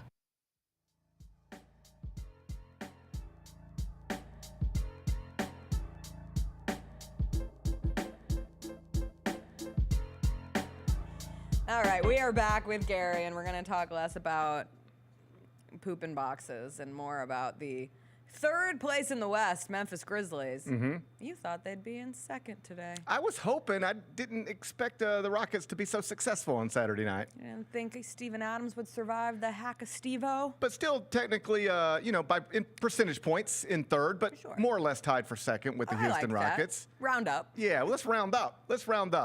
How about this? We'll be there by the end of the week. How about on a scale of 1 to 7? 1 to 3? Oh, you got your own little scale now. On a scale of 1 to 3. Okay. The Grizzlies are just as close to 2 as they are to 3. There you go. And the Rockets are just as close to 2 as they are to 3. There you go. And tonight they play the Knicks. Yes. The Grizzlies do at Madison Square Garden. You will be there. The world's most famous arena. So they say. Mm-hmm. Is there one thing you are most looking for from this team coming off of they've won 6 in a row? They have beaten teams that they were supposed to beat. Right. But it is incredible what doing that can do towards a vibe, a mood, an attitude for a team versus maybe a couple of weeks coming off of those 2 losses to Houston where things felt a little rockier. I don't know that I need to see anything other than the same starting lineup consistently, which implies health. Yeah. Which implies no more illnesses, no more ankles, no more shoulders. It seems to be, and I know the competition has been what it is, but even the stuff with Drew Eubanks and Zach Edey and John Morant, like that's all awesome stuff. Mm-hmm. And I loved every bit of it. Even Ja's version of it, like what he said, is he bothering you? That's just the funniest thing in the world to me. That is like what, if you're a decent guy and you see some scumbags over here messing around with some women, you might walk over and go, "Excuse me, miss. Excuse me, are these guys bothering you?" That's like what you would do. Yeah. That's what Zach Edey did for John Morant. "Excuse me, is this guy bothering you? Do you need me to handle this? Do you need me to step in and handle this?" Yes. That is so funny to me. And just having one of those on the team, and like, yes, it's your rookie, Right. so there's the growing pains and the ups and downs of rookie, but like, that's an important part of a basketball team. That's what Steven Adams was for this group. And of all of between the screen setting, the rebounding, the attitude and presence of Steven Adams, I'm not saying Zach Edey is yet at that degree, but he certainly seems willing to embrace that role of the enforcer. There's no question. And he's 7'4", 310 pounds. That part helps. Yeah. Like you're almost built to be an enforcer. Like if we were looking to hire security, we'd hire somebody who looks like you. If we were stereotyping of all the people on the Grizzlies roster, the one most built to be an enforcer, it's probably the 7'4", 300 pounder. Yeah, like if I owned a club and I need to put somebody outside, I want to put somebody outside that looks like that. So for him to just consistently make it clear in a way that I don't even care if the rest of the league gets the message, as long as Ja gets the message, as long as Ja knows that he's here for me, I love the message being sent. you're not going to mess around with our 6'2", 170-pound guy without having to deal with the 7'4", 305-pound guy. So every time you hit him, I'm hitting you. And then if you want to come try to hit me, I won't move much, and then I'll walk you down. I mean, that was the funny part. Yeah. Like, he walked him down.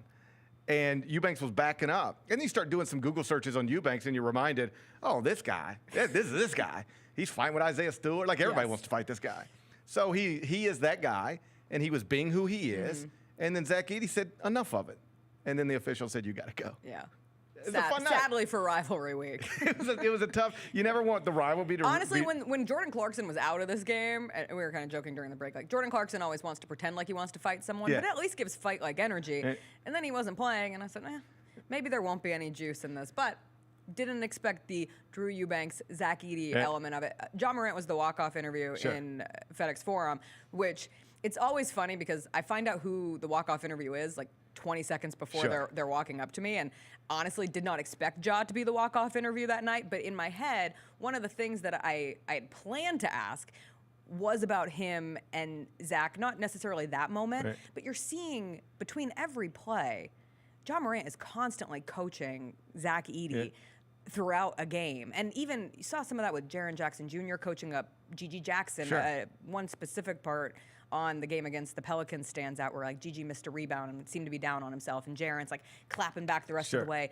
And it was just so sweet because I remember that was Jaren at one point, and now he's embracing that role. Funny enough with the Ja piece of it, then I asked Ja about the just the chippiness that was early, and he gives that they ain't talking about nothing. My brain glitches, interview over. I was like, I don't remember that I was going to ask you about Zach Edey in this moment. But I do think it has been so encouraging to see what we previously deemed like the youngest, most exciting team in the NBA, those young guys maturing to being the ones coaching up the younger guys on this team. It all seems like it's in a good place right now. It really does. You know, like, I know a certain segment of the fan base gets caught up in nitpicking every little thing you can nitpick. I'm just not that interested in it. I'm more of a bottom line in every aspect of life. Like, just as long as the job gets done, I don't need to really care too much about how it got done. Like, at the end of the day, if the yard's cut, the yard's cut, right? I don't need to watch you do it and analyze every aspect of it. Like, looks good, let's move on. Same thing here. Like, I got issues with playing time and fourth quarter rotations, and I can have those turnovers. Yeah, I can do all that, but I'm more focused on this team is more or less tied for second in the West, fifth best record in the NBA, 6-game winning streak, and I'm always hesitant to say no drama because we're never that in tune with what's really going on behind closed doors. So I'm hesitant to say no drama, but you heard anything? No. It seems like very little drama, right? And so you just contrast that. I think this is always important to just sort of look around to remember how good you might have it. I was just reading stories this morning. Obviously, the situation in Miami is a mess. Is it? In Phoenix, there's a story about Yusuf Nurkic and Mike Budenholzer, and he's like, we don't have a relationship. We haven't talked in 2 months. So in Phoenix, they got a guy they're trying to trade. He's unhappy. He's been benched. He doesn't talk to his coach. That's their drama, not to mention the Bradley Beal stuff. Like, you look around the league, and there's, like, messes everywhere. The Mavs just lost another player in Maxi Kleber. There's messes everywhere, and right now, we don't have them here. This is a pretty good time to be a Grizzlies fan, and tonight should be a blast because I know this isn't some big TNT, ESPN, ABC game, but still, anytime you're in the Garden, there's more eyeballs on you. Anytime you're in the Garden, you're more likely to lead SportsCenter if something cool happens. And so it's a big night. I can't wait. Cool celebrities on Celebrity Row. I'm going to look for them. You let me know. Let me know who it's going to be. I'll take pictures and send them to the Algeria Strong group chat. Thank you. Yeah. The Memphis Tigers beat UAB. Bad. And scored 100 points. Is it safe to say that even on the fringes of fringe, like the fringy of the fringe that's hanging on somewhere, that Yaxel Lenenborg is probably not a National Player of the Year? Yeah, I know you never really bought into that in the first place. Well, it never existed. It was just like one man's nonsensical opinion. I'm trying to think of the nice way to say this. it was just silly. How about we put it in a positive way? One man's real belief in Yaxel. But with no understanding of how this stuff works. Okay. Like you can be the best player, like literally the best player in the country, but if you are at UAB you are not going to win National Player of the Not Year. unless UAB is ranked 17th in the country and running away with the AAC. You can be a National Player of the Year out of a bad league. Adam Morrison was. We've had, I think Obi Toppin won a Player of the Year award or two out of the A10. So it's not that you can't win an award like that from UAB or from the American, but you can't win it on a bad team from the American, and he's on a bad team from the American. So you start talking, the guy could average 30 points per game. I mean, ready for this? Leading scorer in the country in college basketball every year. Name any of them. You don't know any of them. Neither do I, by the way. I don't know who led the country in scoring last year. Nobody even knows this stuff. My point being, awesome stats don't really matter in college basketball unless you've got team success to go with it. He's got no chance to be even an All-American, much less the National Player of the Year, and he got it handed to him pretty good yesterday. The AAC preseason favorite was in town, AAC preseason Player of the Year in town, and both of them look like something other than that. And Dane Danger memed him. And early, and Bennett was talking about it. A lot of people were suggesting that Penny should move Dane into the starting lineup at the expense of Moussa Cisse. It happened, and the impact was immediate and obvious. He played well, and if it gives you more of an offensive punch right at the beginning of the game, gets you to 100, well, then that's a lineup adjustment that seems to make sense. Otherwise, in college basketball or elsewhere in college basketball, I still do not understand how Houston ended up beating Kansas when Kansas was up 6 and at the free throw line with 18 seconds left in the game. Really one of the most improbable final 20-second comebacks you could ever see. I've watched the full rerun highlight package of it, I think 3 times since it happened. It's crazy. It is still incomprehensible. Yeah, just for people who don't know, you're at Allen Fieldhouse. Kansas is up 6. Houston misses a shot. Kansas rebound. They foul DeJuan Harris. And there's that moment we've seen in a million games where the crowd knows it's over. Yeah. All right? It's like 6-point game that if they make this shot, can still get it. Miss, rebound, foul. We're going to the other end. Game's over. You hear the crowd. You go back and watch that moment. The crowd game over cheer. It's one of those game over cheers. And then all DeJuan Harris got to make is 1 to make it a 3-possession game.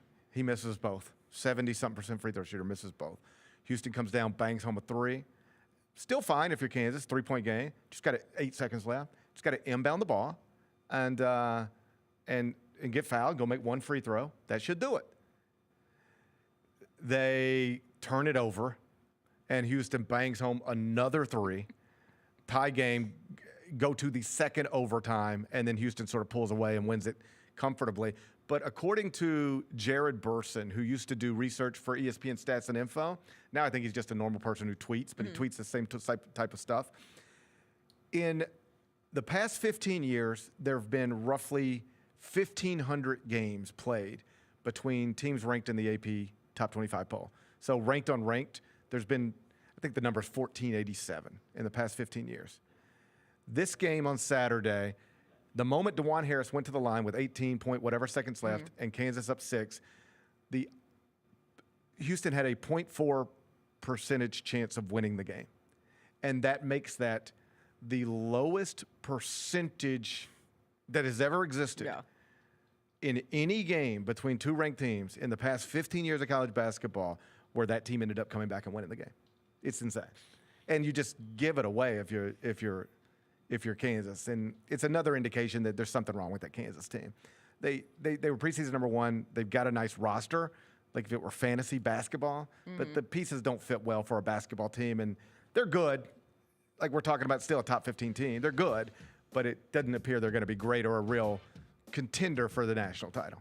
Before I let you go, what do we think about Vanderbilt? As an institution or basketball program? That's a basketball program. Beat Kentucky. Much improved. Beat Tennessee. I moved them to 26 in the top 25 and 1. You did. Yesterday. They're still there this morning. It's funny. Sometimes, most times when I tweet it, I just go 1, 2, 3, 4, 5, link. And every once in a while, if somebody enters the top 25 win, I'll go 1, 2, 3, 4, 5, and then I'll put a break, and then I'll go like 26 or 23, and I'll put them there just so their fans will see it. And it'd be like, GP got us ranked. Yeah. And I was like, I did that for Vanderbilt fans yesterday. You heard from no one? No. Oh. They went, crazy. Why are we only 26? I was like, I almost didn't put you at 26 because the computer numbers aren't strong. The resume's pretty good, but I could instead very reasonably have Maryland there or Texas Tech there. I really picked Vanderbilt over those, not for any other reason than I thought I could justify it. They've upset 2 top 10 teams. Yes, they beat Kentucky, beat Tennessee. First-year coach, he's been great. I was like, it was just interesting. I said, man, I bet Vanderbilt fans are going to really like this. And they were offended that I didn't have them high enough. Wow. So I'm gonna be honest They're with you, on the Gary. up and up, Gary. You can put New Jersey Institute of Technology there at 26, and all 15 of their fans will come like, "Why are we at 26, Gary?" I might have should have, because 26 still isn't top 25, and I probably should have recognized that. Although I don't manipulate the rankings for any reasons like that, but I probably should have recognized they might not be as happy with 26 as I thought they would be, because they were not. They were frustrated with me. Well, I did love that I saw that they have had to pay $850,000 to their rivals in the past 4 months between storming the field against Alabama and storming the court against Tennessee and Kentucky. And did you see the school official talking to the students at the game? She was like, please, stay in the stands. We can take this money and spend it on NIL. Anything else. We can take the same money that we're going to have to pay the SEC a fine. So we can take the same money and buy a point guard with it for next year's team. If you guys will just stay here. GoFundMe. If you will just stay here. So, we're probably not too far away for GoFundMe for NIL. Yeah. That's probably coming. I realized today not all GoFundMes are tax write-offs. Yeah. It has to be to a charity. Not that that was like inspiring me, Yeah. but just something I learned this weekend that maybe You're you trying would to get like over? to know. Well, when the California fires started, Yes. I was going GoFundMe because you just wanted to. Like, that's a past home of mine, and I felt so helpless. And so anyone who was sharing GoFundMe, I was like, hit. And then I was getting my tax materials together this week, and I said, let me go back to my GoFundMes. And personal ones, which is fine. Just donate to be good, not for a tax write-off. Yeah, but you should know. You should know. I just wanted people to know. It's not the tax write-off you think it is. If you are sending money to a future Vanderbilt GoFundMe, don't expect anything back from it. I don't Well. think that's going to be a charitable giving. Wow. You learn as you go. You sure do. Learn as you go. I hope you get your car out, and I hope you have fun at Tao. Either one would be fine. We'll see you Friday. Or neither. We'll see you Or later. neither. I'll see you later. All right. We'll take a quick break. We'll come back. We will talk about the 2 conference championship games that set up Chiefs-Eagles in the Super Bowl. Are we fatigued by the Chiefs or inspired about having the opportunity to watch something we may never see again and have never seen before? We'll get into it when we come back.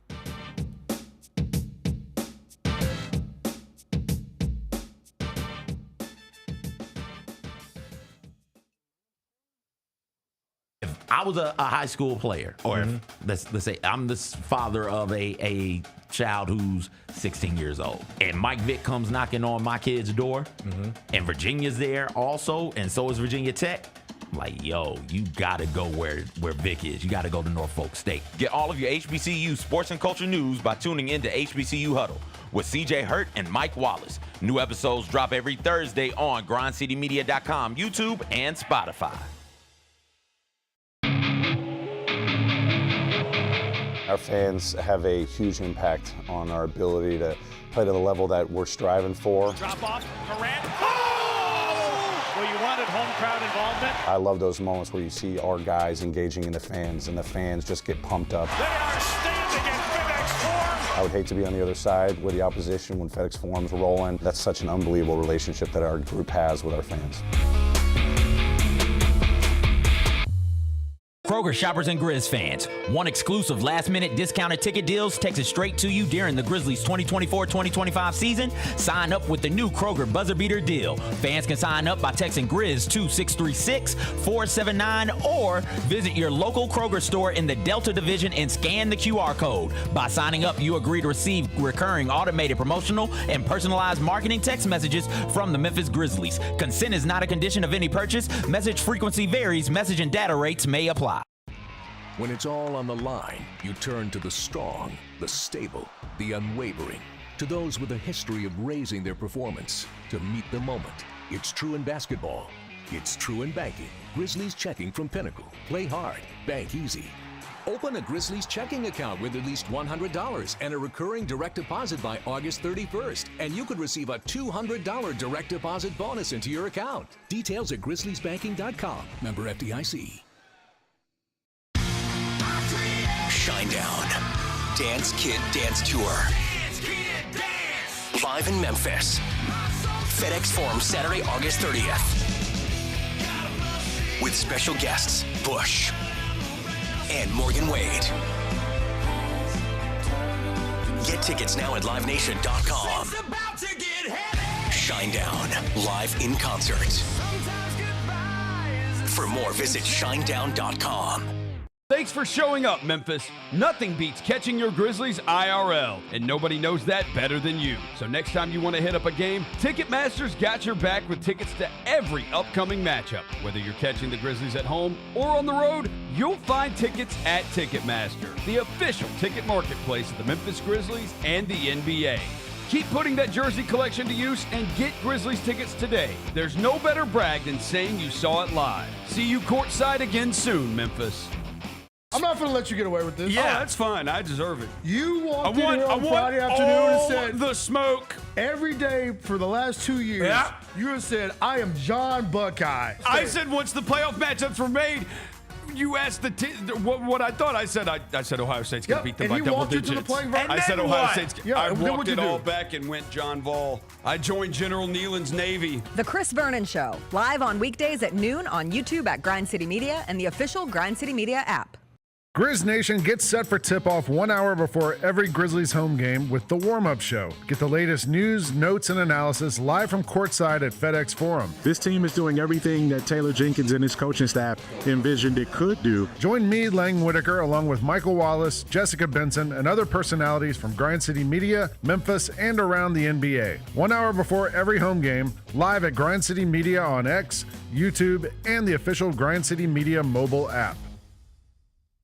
Dusty May was at Florida Atlantic last year. Tonight you'll watch him coach at Michigan. So why do I care if a football player decides to leave one place where he's making whatever money to go somewhere where he's making even more? It's what most coaches do every year. So I cannot stand it, and I mean can't stand it when the coaches sit up there and act like these young people are doing something wrong.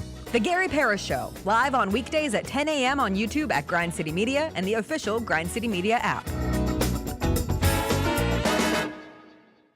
How about them Tigers? Go. Beat Tulane in a game that nobody called. Nobody thought was going to happen. They were a 2-touchdown underdog, and they got the win. Number 25 in the AP right now, number 24 in the coaches poll right now. So this is a Tigers football team that's going to end the regular season ranked in both major polls, possibly ranked in the CFP as well, with 10 wins. That's a damn good season. The Odds Couple, live at 2 p.m. on YouTube at Grind City Media and the official Grind City Media app.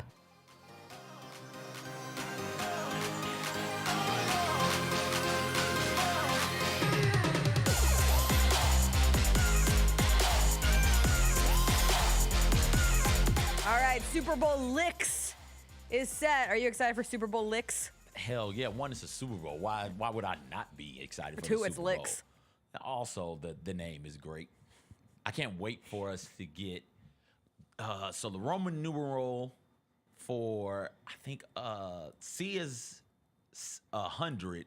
I think D is 500. I won't be around for double D. I won't be around for Super Bowl. I won't be around for Super Bowl. Also, Super Bowl Dicks. Won't be around for Super Bowl Dicks. Absolutely not. That would be That's tough. 509, I think. Also, I don't. Can you pull up the Roman numeral sheet? Yeah, I've got it. So is D 500? I think D is 500.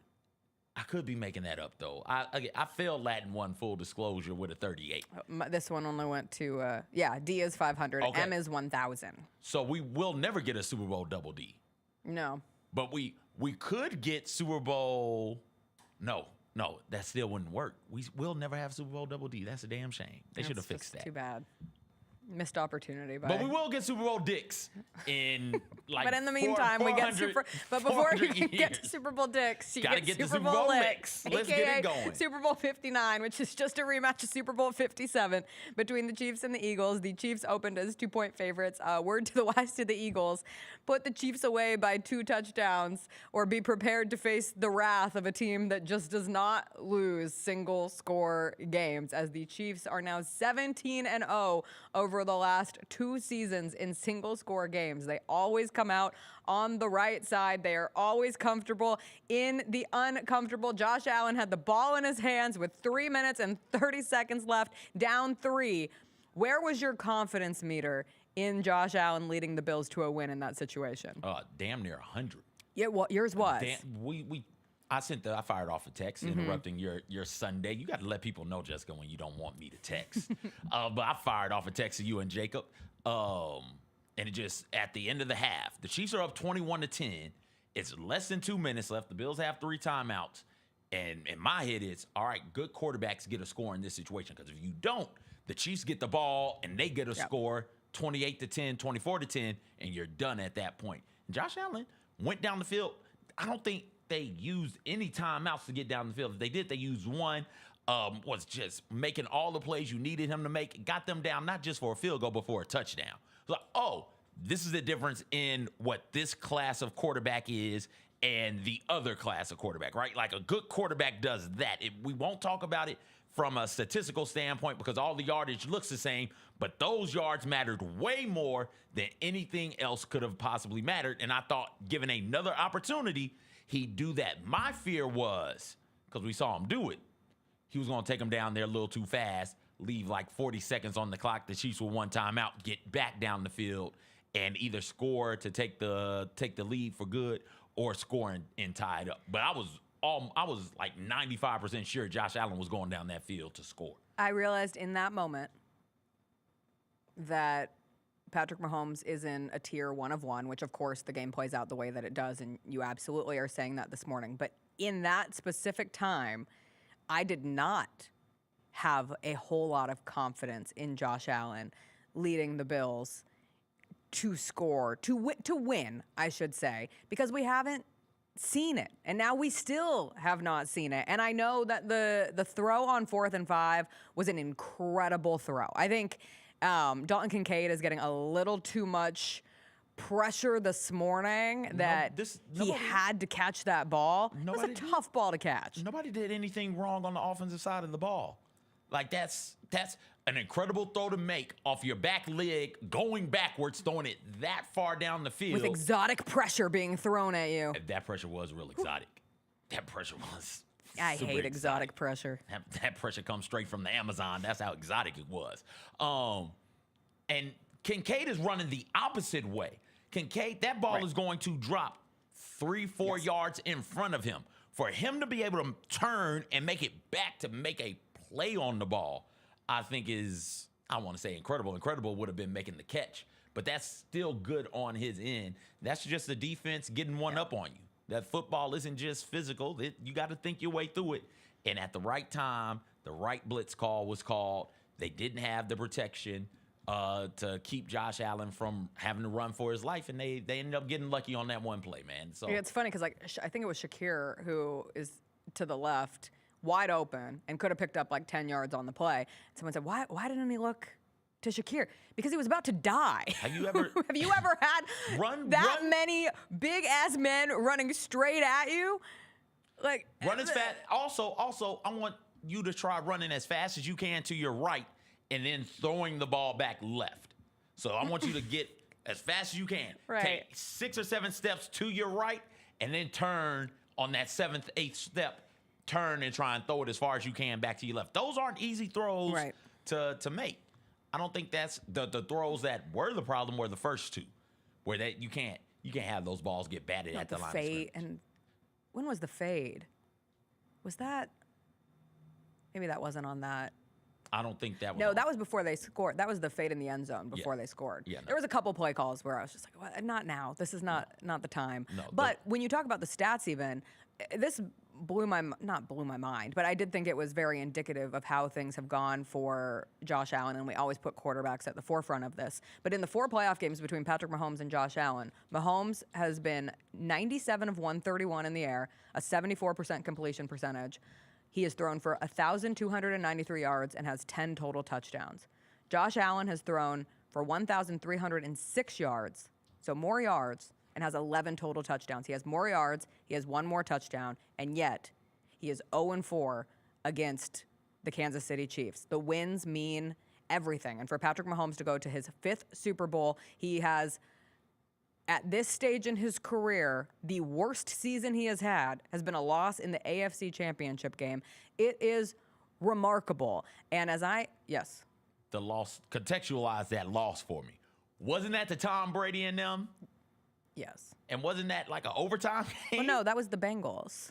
It was Burrow and Bengals. He also lost a close one to Brady. Right. So he's gotten the to most the recent AFC Championship game twice and lost in incredible fashion. All right, go ahead. I'm sorry. But though it's incredible. I mean, if they had beaten the Bengals that year, fairly certain we could be talking about another Patrick Mahomes Super Bowl championship. But the fact that they have an opportunity to go 3 times in a row, I was bummed last night. This was not the matchup that I wanted. It feels very similar to me in having to get hyped for Ohio State Notre Dame in the college football playoff championship game. It just in terms of brands that I am not eager to root for. I'm gonna twist this. All right, twist it. Get the twist in purple nurple salad. Let's go. If I have to root for something, it will be to see something that we have not seen, and for Patrick Mahomes to take this Chiefs team in all its completion and win 3 straight. I would compare this more to, not to this year's CFP, but to a couple years ago when it was Alabama, Georgia again. Right? My only comparison is in terms of trying to. I don't have a team that I am genuinely rooting for. If obviously with me, with the Bills, that is the team that I wanted to win, and that would be an easy cheer for. But I think that would have been easy for a lot of people to root for. For God's sake, they have the demons of Super Bowl pass. You finally get past the Chiefs. You sets up a matchup against a really good Philadelphia Eagles team. Like, there would be all the credibility in the world for the Bills in that Super Bowl matchup, and they would be kind of fun to root for. Few people are easily, unless you are a Chiefs fan or an Eagles fan, and the rare CJ Hurt, who just is the rightest of the right on this show, damn right, are like, yes, I'm so excited to watch. For the best possible Chiefs, matchup. Eagles.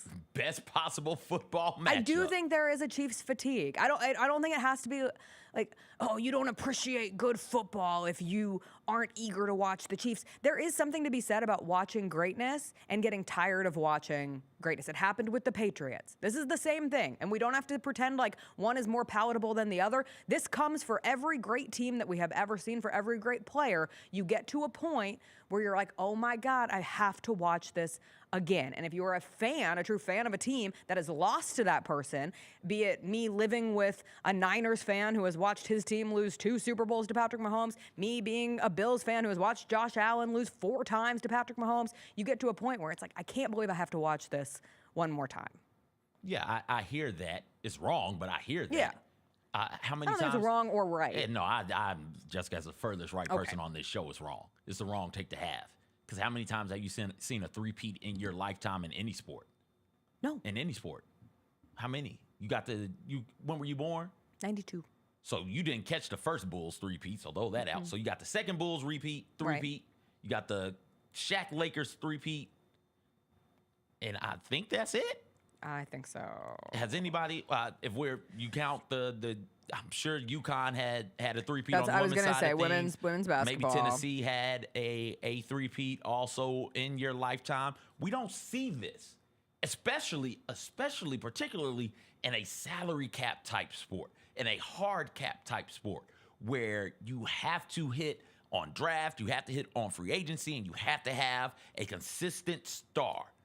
Like, having all of those things mixed in together, you can't have any missteps. Mm-hmm. Otherwise, that sets you back. As good as those Patriots teams were, as great as those Patriots teams were, they never got a three-peat. The Warriors, as great as they were, never got a three-peat. The Comets.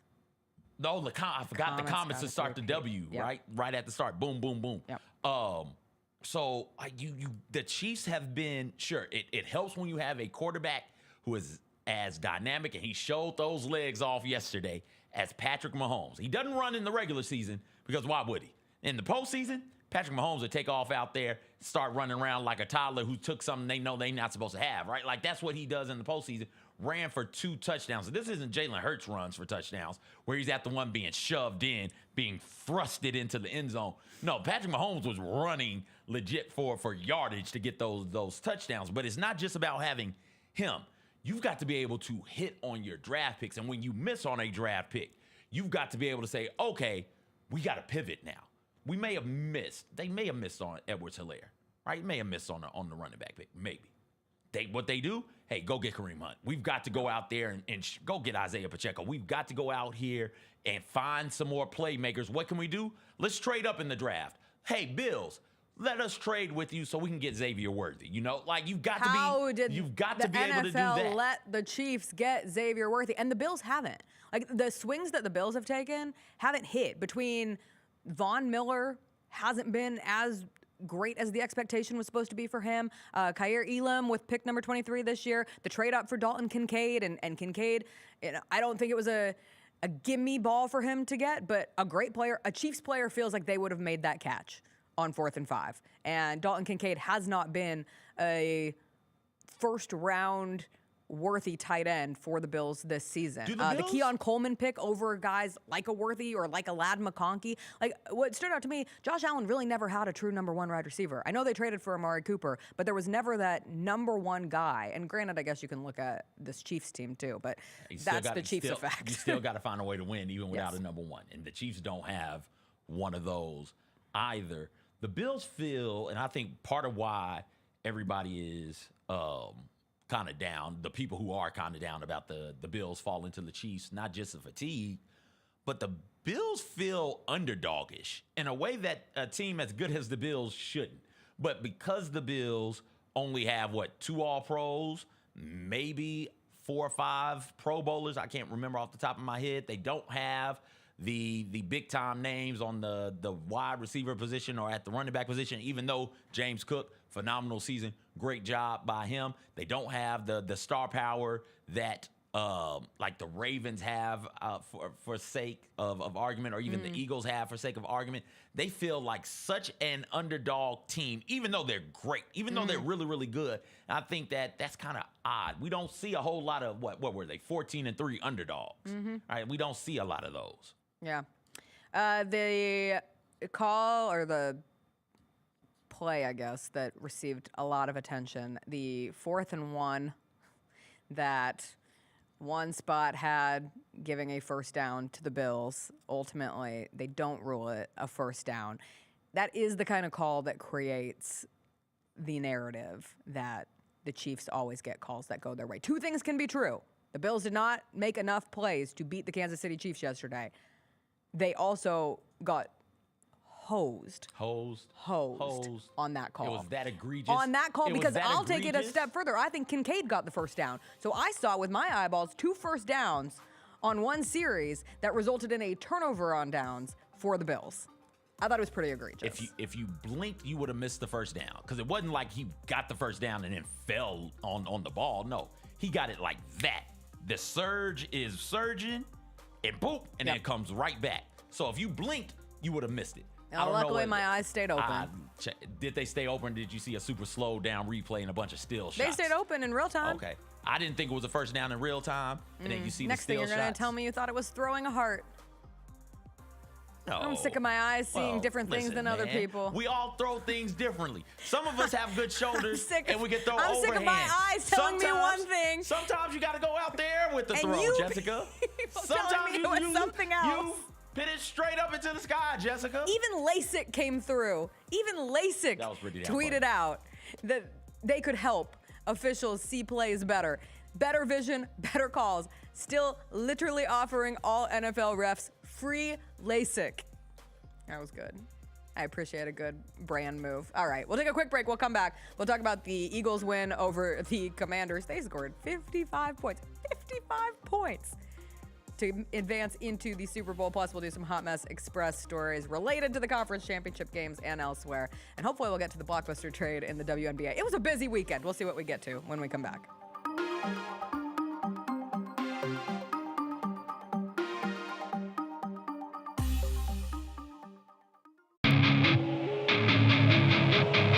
Our fans have a huge impact on our ability to play to the level that we're striving for. Drop off, Durant. Oh! Well, you wanted home crowd involvement. I love those moments where you see our guys engaging in the fans, and the fans just get pumped up. They are standing in FedExForum. I would hate to be on the other side with the opposition when FedExForum's rolling. That's such an unbelievable relationship that our group has with our fans.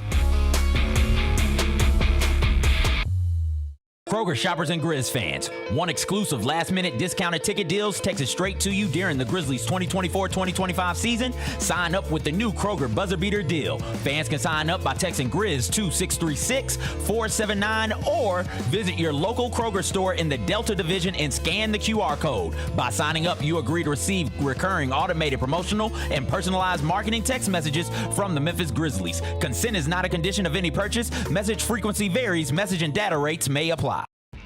When it's all on the line, you turn to the strong, the stable, the unwavering. To those with a history of raising their performance to meet the moment. It's true in basketball. It's true in banking. Grizzlies checking from Pinnacle. Play hard. Bank easy. Open a Grizzlies checking account with at least $100 and a recurring direct deposit by August 31st. And you could receive a $200 direct deposit bonus into your account. Details at grizzliesbanking.com. Member FDIC.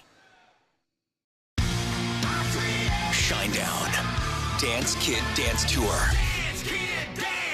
Live in Memphis. FedExForum Saturday, August 30th. With special guests, Bush and Morgan Wade. Get tickets now at livenation.com. Shinedown, live in concert. For more, visit shinedown.com. Thanks for showing up, Memphis. Nothing beats catching your Grizzlies IRL, and nobody knows that better than you. So next time you want to hit up a game, Ticketmaster's got your back with tickets to every upcoming matchup. Whether you're catching the Grizzlies at home or on the road, you'll find tickets at Ticketmaster, the official ticket marketplace of the Memphis Grizzlies and the NBA. Keep putting that jersey collection to use and get Grizzlies tickets today. There's no better brag than saying you saw it live. See you courtside again soon, Memphis. I'm not going to let you get away with this. Yeah, that's fine. I deserve it. You walked in here on Friday afternoon and said the smoke. Every day for the last 2 years, you have said, I am John Buckeye. I said once the playoff matchups were made, you asked what I thought. I said Ohio State's going to beat them by double digits. I said Ohio State's. I walked it all back and went John Vol. I joined General Nealon's Navy. The Chris Vernon Show, live on weekdays at noon on YouTube at Grind City Media and the official Grind City Media app.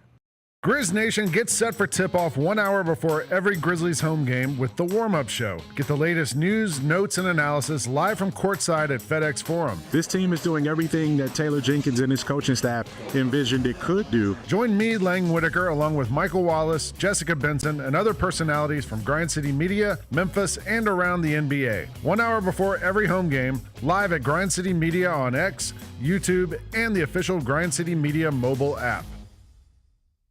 Dusty May was at Florida Atlantic last year. Tonight you'll watch him coach at Michigan. So why do I care if a football player decides to leave one place where he's making whatever money to go somewhere where he's making even more? It's what most coaches do every year. So I cannot stand it, and I mean can't stand it when the coaches sit up there and act like these young people are doing something wrong.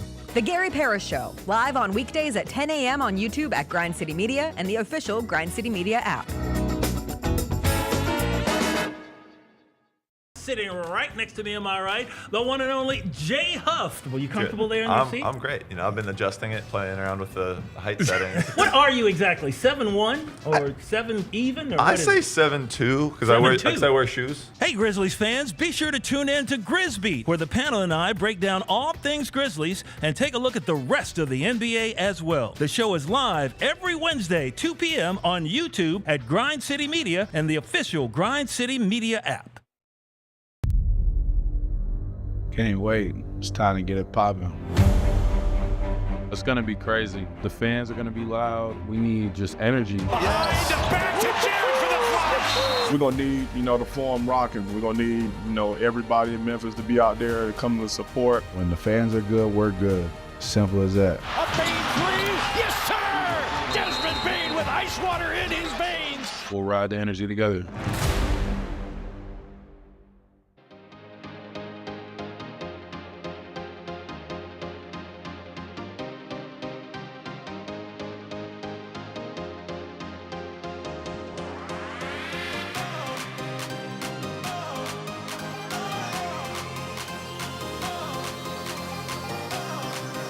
Welcome back.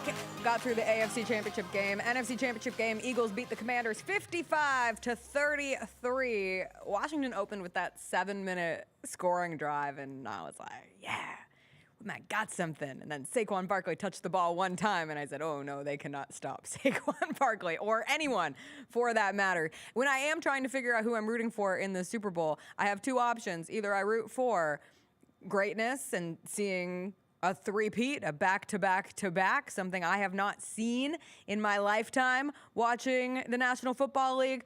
Or is it time for me to just admit that I must root for the most handsome man that we have in the sport? And that is Jalen Hurts. Jalen Hurts, who made just enough of the right throws on Sunday. I have to give Jalen Hurts full credit for the Eagles win. 246 passing yards, which is about 200 more than I expected him to have. He had 4 total touchdowns, no turnovers. And boy, was he handsome going into that game. Look at this man. He makes me want to. I could pull that. I could pull that off. No. Physique-wise, I could absolutely pull that off. Get the high waist pants. I don't think you could wear the hat. No. Few men could not look goofy wearing that hat, and Jalen Hurts is one of them. I don't think I could wear that one. Did you see the picture of him smoking the cigar? Boy, those Did arms. you see the picture of him smoking the cigar? I want those arms to embrace me. That is two-time NFC champion, two-time Pro Bowler, 121 total touchdowns, 51 rushing touchdowns, 42 wins, which is the second most among any active quarterbacks. That's Jalen Hurts. I think I need to stand stronger with the Jalen Hurts squad. That's a sexy man. It is. That's a sexy man. I can always root for seeing more of that. Probably the second best quarterback in that division. Right? I think you have to say that he's the best quarterback. Is he the best quarterback in the NFC? I think you have to say so. Okay. All right. Because I think so too. 2 trips to the Super Bowl. I think it's time. All right. Because they've been. Let the Jalen Hurts disrespect rest. All the bickering. Well, not bicker. Well, yeah, no. There was bickering at the start of the season between Sirianni and the fans. All the crying. And there has been bickering between A.J. Brown and Jalen Hurts. And Jalen Hurts. And all the. Jalen Hurts really can't make those throws when you need him to, even though he's made those throws when you needed him to. Right? The Eagles have lost that game to the Commanders where shit just fell apart completely in the fourth quarter, and Jalen Daniels just had a great game in the fourth quarter. Special game, 3 touchdowns. 5 touchdown game, right? 3 touchdowns in the fourth quarter, 5 touchdowns for the game. They lost 2 other games on drop passes. Yeah. I think was it the Brazil game where Saquon was in the flat and just dropped the ball? It was one of those games where somebody just dropped the ball in the flat. So you take away a phenomenal fourth quarter by a dude doing things we've never seen a rookie quarterback do, and you take away 2 of those drop passes, let's say they just make the catch. We're talking about an Eagles team that's like undefeated at this point. This is a really good team, and they're doing it in part without Brandon Graham, who at the start of the season is like, oh, that's the only thing they got rolling on the defensive side of the ball. And nope, you look up, you got Carter doing the game-wrecking stuff that he's doing, playing every damn snap. Every damn snap, he's out there. Plus, you throw in DeJean, and I'm forgetting the other white dude. The other exciting whites. Right, you've got some exciting whites in the secondary for the Eagles, and they're doing things, forcing fumbles, big hits. Like, this Eagles team is really, really fun for me to sit down and watch, and they just ran all like I thought they would. They just ran all through the Commanders. Right, and the Commanders team exceeded expectations this season. Rookie quarterback. And he played tremendous. He played well. He played well. He played well. He played really, really good. Yes. In a 30-point beat down. It wasn't his fault they got beat by 30. No. Like you would think, oh, the quarterback probably made a bunch of mistakes, threw at least 1 pick six. No. Daniels was good that entire game. The fumbles, man. Even the touchdown that made it an 11 point game when it was 34-23 on the Jaden Daniels run play. Impressive. Yeah. His decision making continued to thrive in difficult situations all season. You talk about a defense that just could not stop the Eagles, and that is what happened with the Commanders. They also turned it over 4 times. Yeah. We talked about it. Every round you go through, at least three fumbles. you gotta treat the ball like it is the most precious thing in the world. It is. There's nothing more precious than a playoff football. The Eagles scored touchdowns off at least 2 of the fumbles. Yeah. The Eagles scored on the next drive. What are you supposed to do? Why you're playing man on AJ Brown is beyond me. I don't understand that, because if you're manning up AJ, that means you're manning up Devontae Smith also, and it's not much better doing that. Which means if Saquon Barkley is running a route out of the backfield, you got a linebacker on that. No, I didn't understand the Commanders' thought process from a game plan standpoint. And as soon as the Eagles realized, oh, it's man on the outside, hey Jalen, go ahead, throw it to him. AJ, put the book down. Come catch these balls, it's your dog. time. Let's go. You don't have to read anymore. That you was can just catch passes. an odd game plan defensively. To me, I really love their wanna know what attempt that at thought was. stopping the push. I loved our 3 minute and 47 seconds on 2nd and goal from the 1-inch line, which produced something that I have never seen. First, Frankie Lavu jumping over and over. You got to do something, over baby. again. He You tried gotta his do best. something. I love, similar to watching the Drew Eubanks Zach Edey collision over and over. Look at I my watched this man do that leap over and over, and it was so funny to watch him try his best. You got to be able to jump. He's jumping over both lines. Yes. Twice? Twice. He did and it then twice? The other dude did it the last time. And then the officials came in and wanted to make sure, do you know your NFL rulebook, CJ? No. Are you familiar I am with not. Rule 12, Section 3, Article 4, the Palpably Unfair Act? Oh, I am a big fan of the Palpably Unfair Act, an act that has been a rule since 1942 but has never been used. But they threatened them with it. They threatened them with it yesterday. Threatened them with it twice. It is clear that a player or a substitute shall not interfere with a play by any act which is deemed palpably unfair. And for a palpably unfair act, an offender may be disqualified, and the referee, after consulting the officiating crew, enforces any such distance penalty as they consider equitable and irrespective of any other specified code penalty. The referee may award a score. They said, you keep doing this, we're just going to put points on the board. I really wanted to see that one. Oh, the outcry would have been phenomenal. You think the Bills play was an outcry? If I was a coach of the Commanders and you're going to keep running that chicken shit play, I'll do the same thing. Do it. Give them the points. It is so boring. You're going to get the points anyways. I just don't want somebody getting a touchdown to say, oh, this person had. They did the touch push again. This person had a touchdown. Jalen Hurts. I didn't want Jalen Hurts to get a touchdown. That's why I would do it on some pure hater shit. Haterade. What is it? The Palpably Unfair Act. That sounds like the reverse of DEI. Like that sounds like something that Congress is finna pass, where it's like, okay, we've been palpably unfair to the rich white dudes for way too long. We need to pass an act to make sure that they're getting their due. Oh, we've been palpably unfair to them. Yeah, yes. I was gonna say, because they've lived a hard life. Listen, they're the ones who are having to give up everything. Yeah. They used to be able to abuse whoever they wanted to. I know. Now they can only abuse some of the people they want to. Still can. Yeah. So Congress, I'm with you. Let's pass the Palpably Unfair Act. We got to protect these rich white dudes. Did you see that the Empire State Building had to light up in green? I mean, that's their thing. Contractually. That's their thing. It's tough.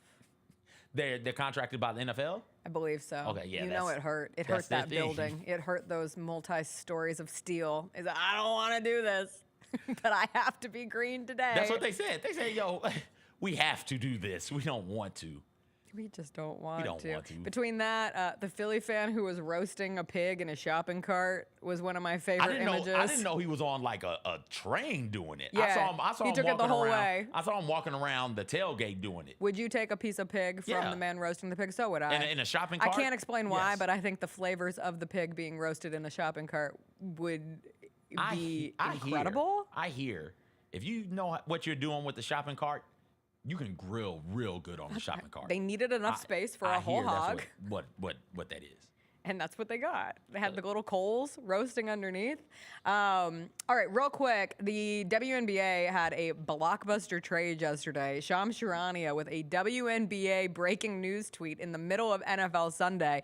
I was like, We've made it. What a time for the W to take sincere attention during what was, in some ways, the Super Bowl between the Bills and the Chiefs. And yet I saw a fair amount of reaction and response to the news that the Storm are trading Jewell Loyd, 6-time All-Star, to the Aces in a multi-team trade that also sends 3-time All-Star Kelsey Plum to the Los Angeles Sparks. The Storm get Lee Uero and the number 2 pick in the upcoming draft. This is the first trade in league history involving multiple number 1 overall picks, Loyd and Plum. This feels like a win-win-win to me, which is not how we normally like to talk about trades, but I really can see it from all 3 sides here. If you're the Storm, you can convince yourself that you just fleeced the Sparks into giving you the number 2 pick, and perhaps you are lucky enough that Paige Beckers falls to the number 2 spot, or perhaps Paige Beckers decides to return to UConn for an additional year because she does have 1 more year of eligibility,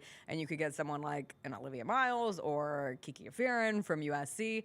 But bottom line, you're able to build back from the youth standpoint. If you're the Sparks, you have 2 of the most fun young players in Cameron Brink and Rickea Jackson, and we didn't get to see a lot of Cameron Brink this season because of the ACL tear, but you throw in Kelsey Plum into that mix, you reunite her with Dearica Hamby. They played together in Vegas, and I saw some concern of, well, why would you want a 1-year rental on Kelsey Plum? She's from LA, and there's been reporting that the expectation is that she would be open to signing a long-term deal after this first year. And if you get Kelsey Plum, if you get end of sunset career tour for Kelsey Plum, I think that's an excellent. That is I'm not sure who plays defense on that team, but Kelsey Plum, Cameron Brink, Rickea Jackson, and Dearica Hamby is team fun, and that is perfect for the LA market. And then of course the Aces, they get Jewell Loyd, who's already played with Asia Wilson, Jackie Young, oh God, why am I blanking on Chelsea Gray with Team USA. And Kelsey Plum reportedly wanted out of Las Vegas. Jewell Loyd requested a trade from Seattle. Everybody wins. It's exciting. It's exciting for one of those teams. Which one do you think? Vegas. Vegas is the only winner here. Oh, no. Vegas is the only winner. When it says to me, all right, Sue Bird retired, Stewie left, we were going to build around you. We were going to build around Loyd, and Loyd's like, no, I'm out. It didn't work for her. She wasn't the best player on the team last year. And so, it says to me that the Storm are having to start all the way over from square one. And the WNBA is a bit different than the NBA. But in the NBA, when you lose that great player and you have to start from square one, it takes you a while to get back. So I think we're in for some lean years, Storms fans, if you know what I mean. And then on the topic of the Sparks, great, you're fun. What's that going to get you? 7th, 8th in the conference? Get out of here. In the league, get out of here. You'll be fine. I think they could be good. I'll say right now, definitively, I don't think this Sparks team is going to be any damn good. They have that point guard, the Julie Alleman, who's missed some time. Kelsey Plum does not have to go there and be their point guard, which is a preference for Kelsey Plum. Anyway, we've hit the end of our 2 hours of fun. We gotta leave, go. I've blended a lot of words today. The Gary Parrish Show up next on Grind City Media. It's a Grizzlies game day. Grizzlies Knicks at Madison Square Garden. Hopefully we'll have game-winning highlights tomorrow morning response. We'll see you then. Have a great Monday. Bye.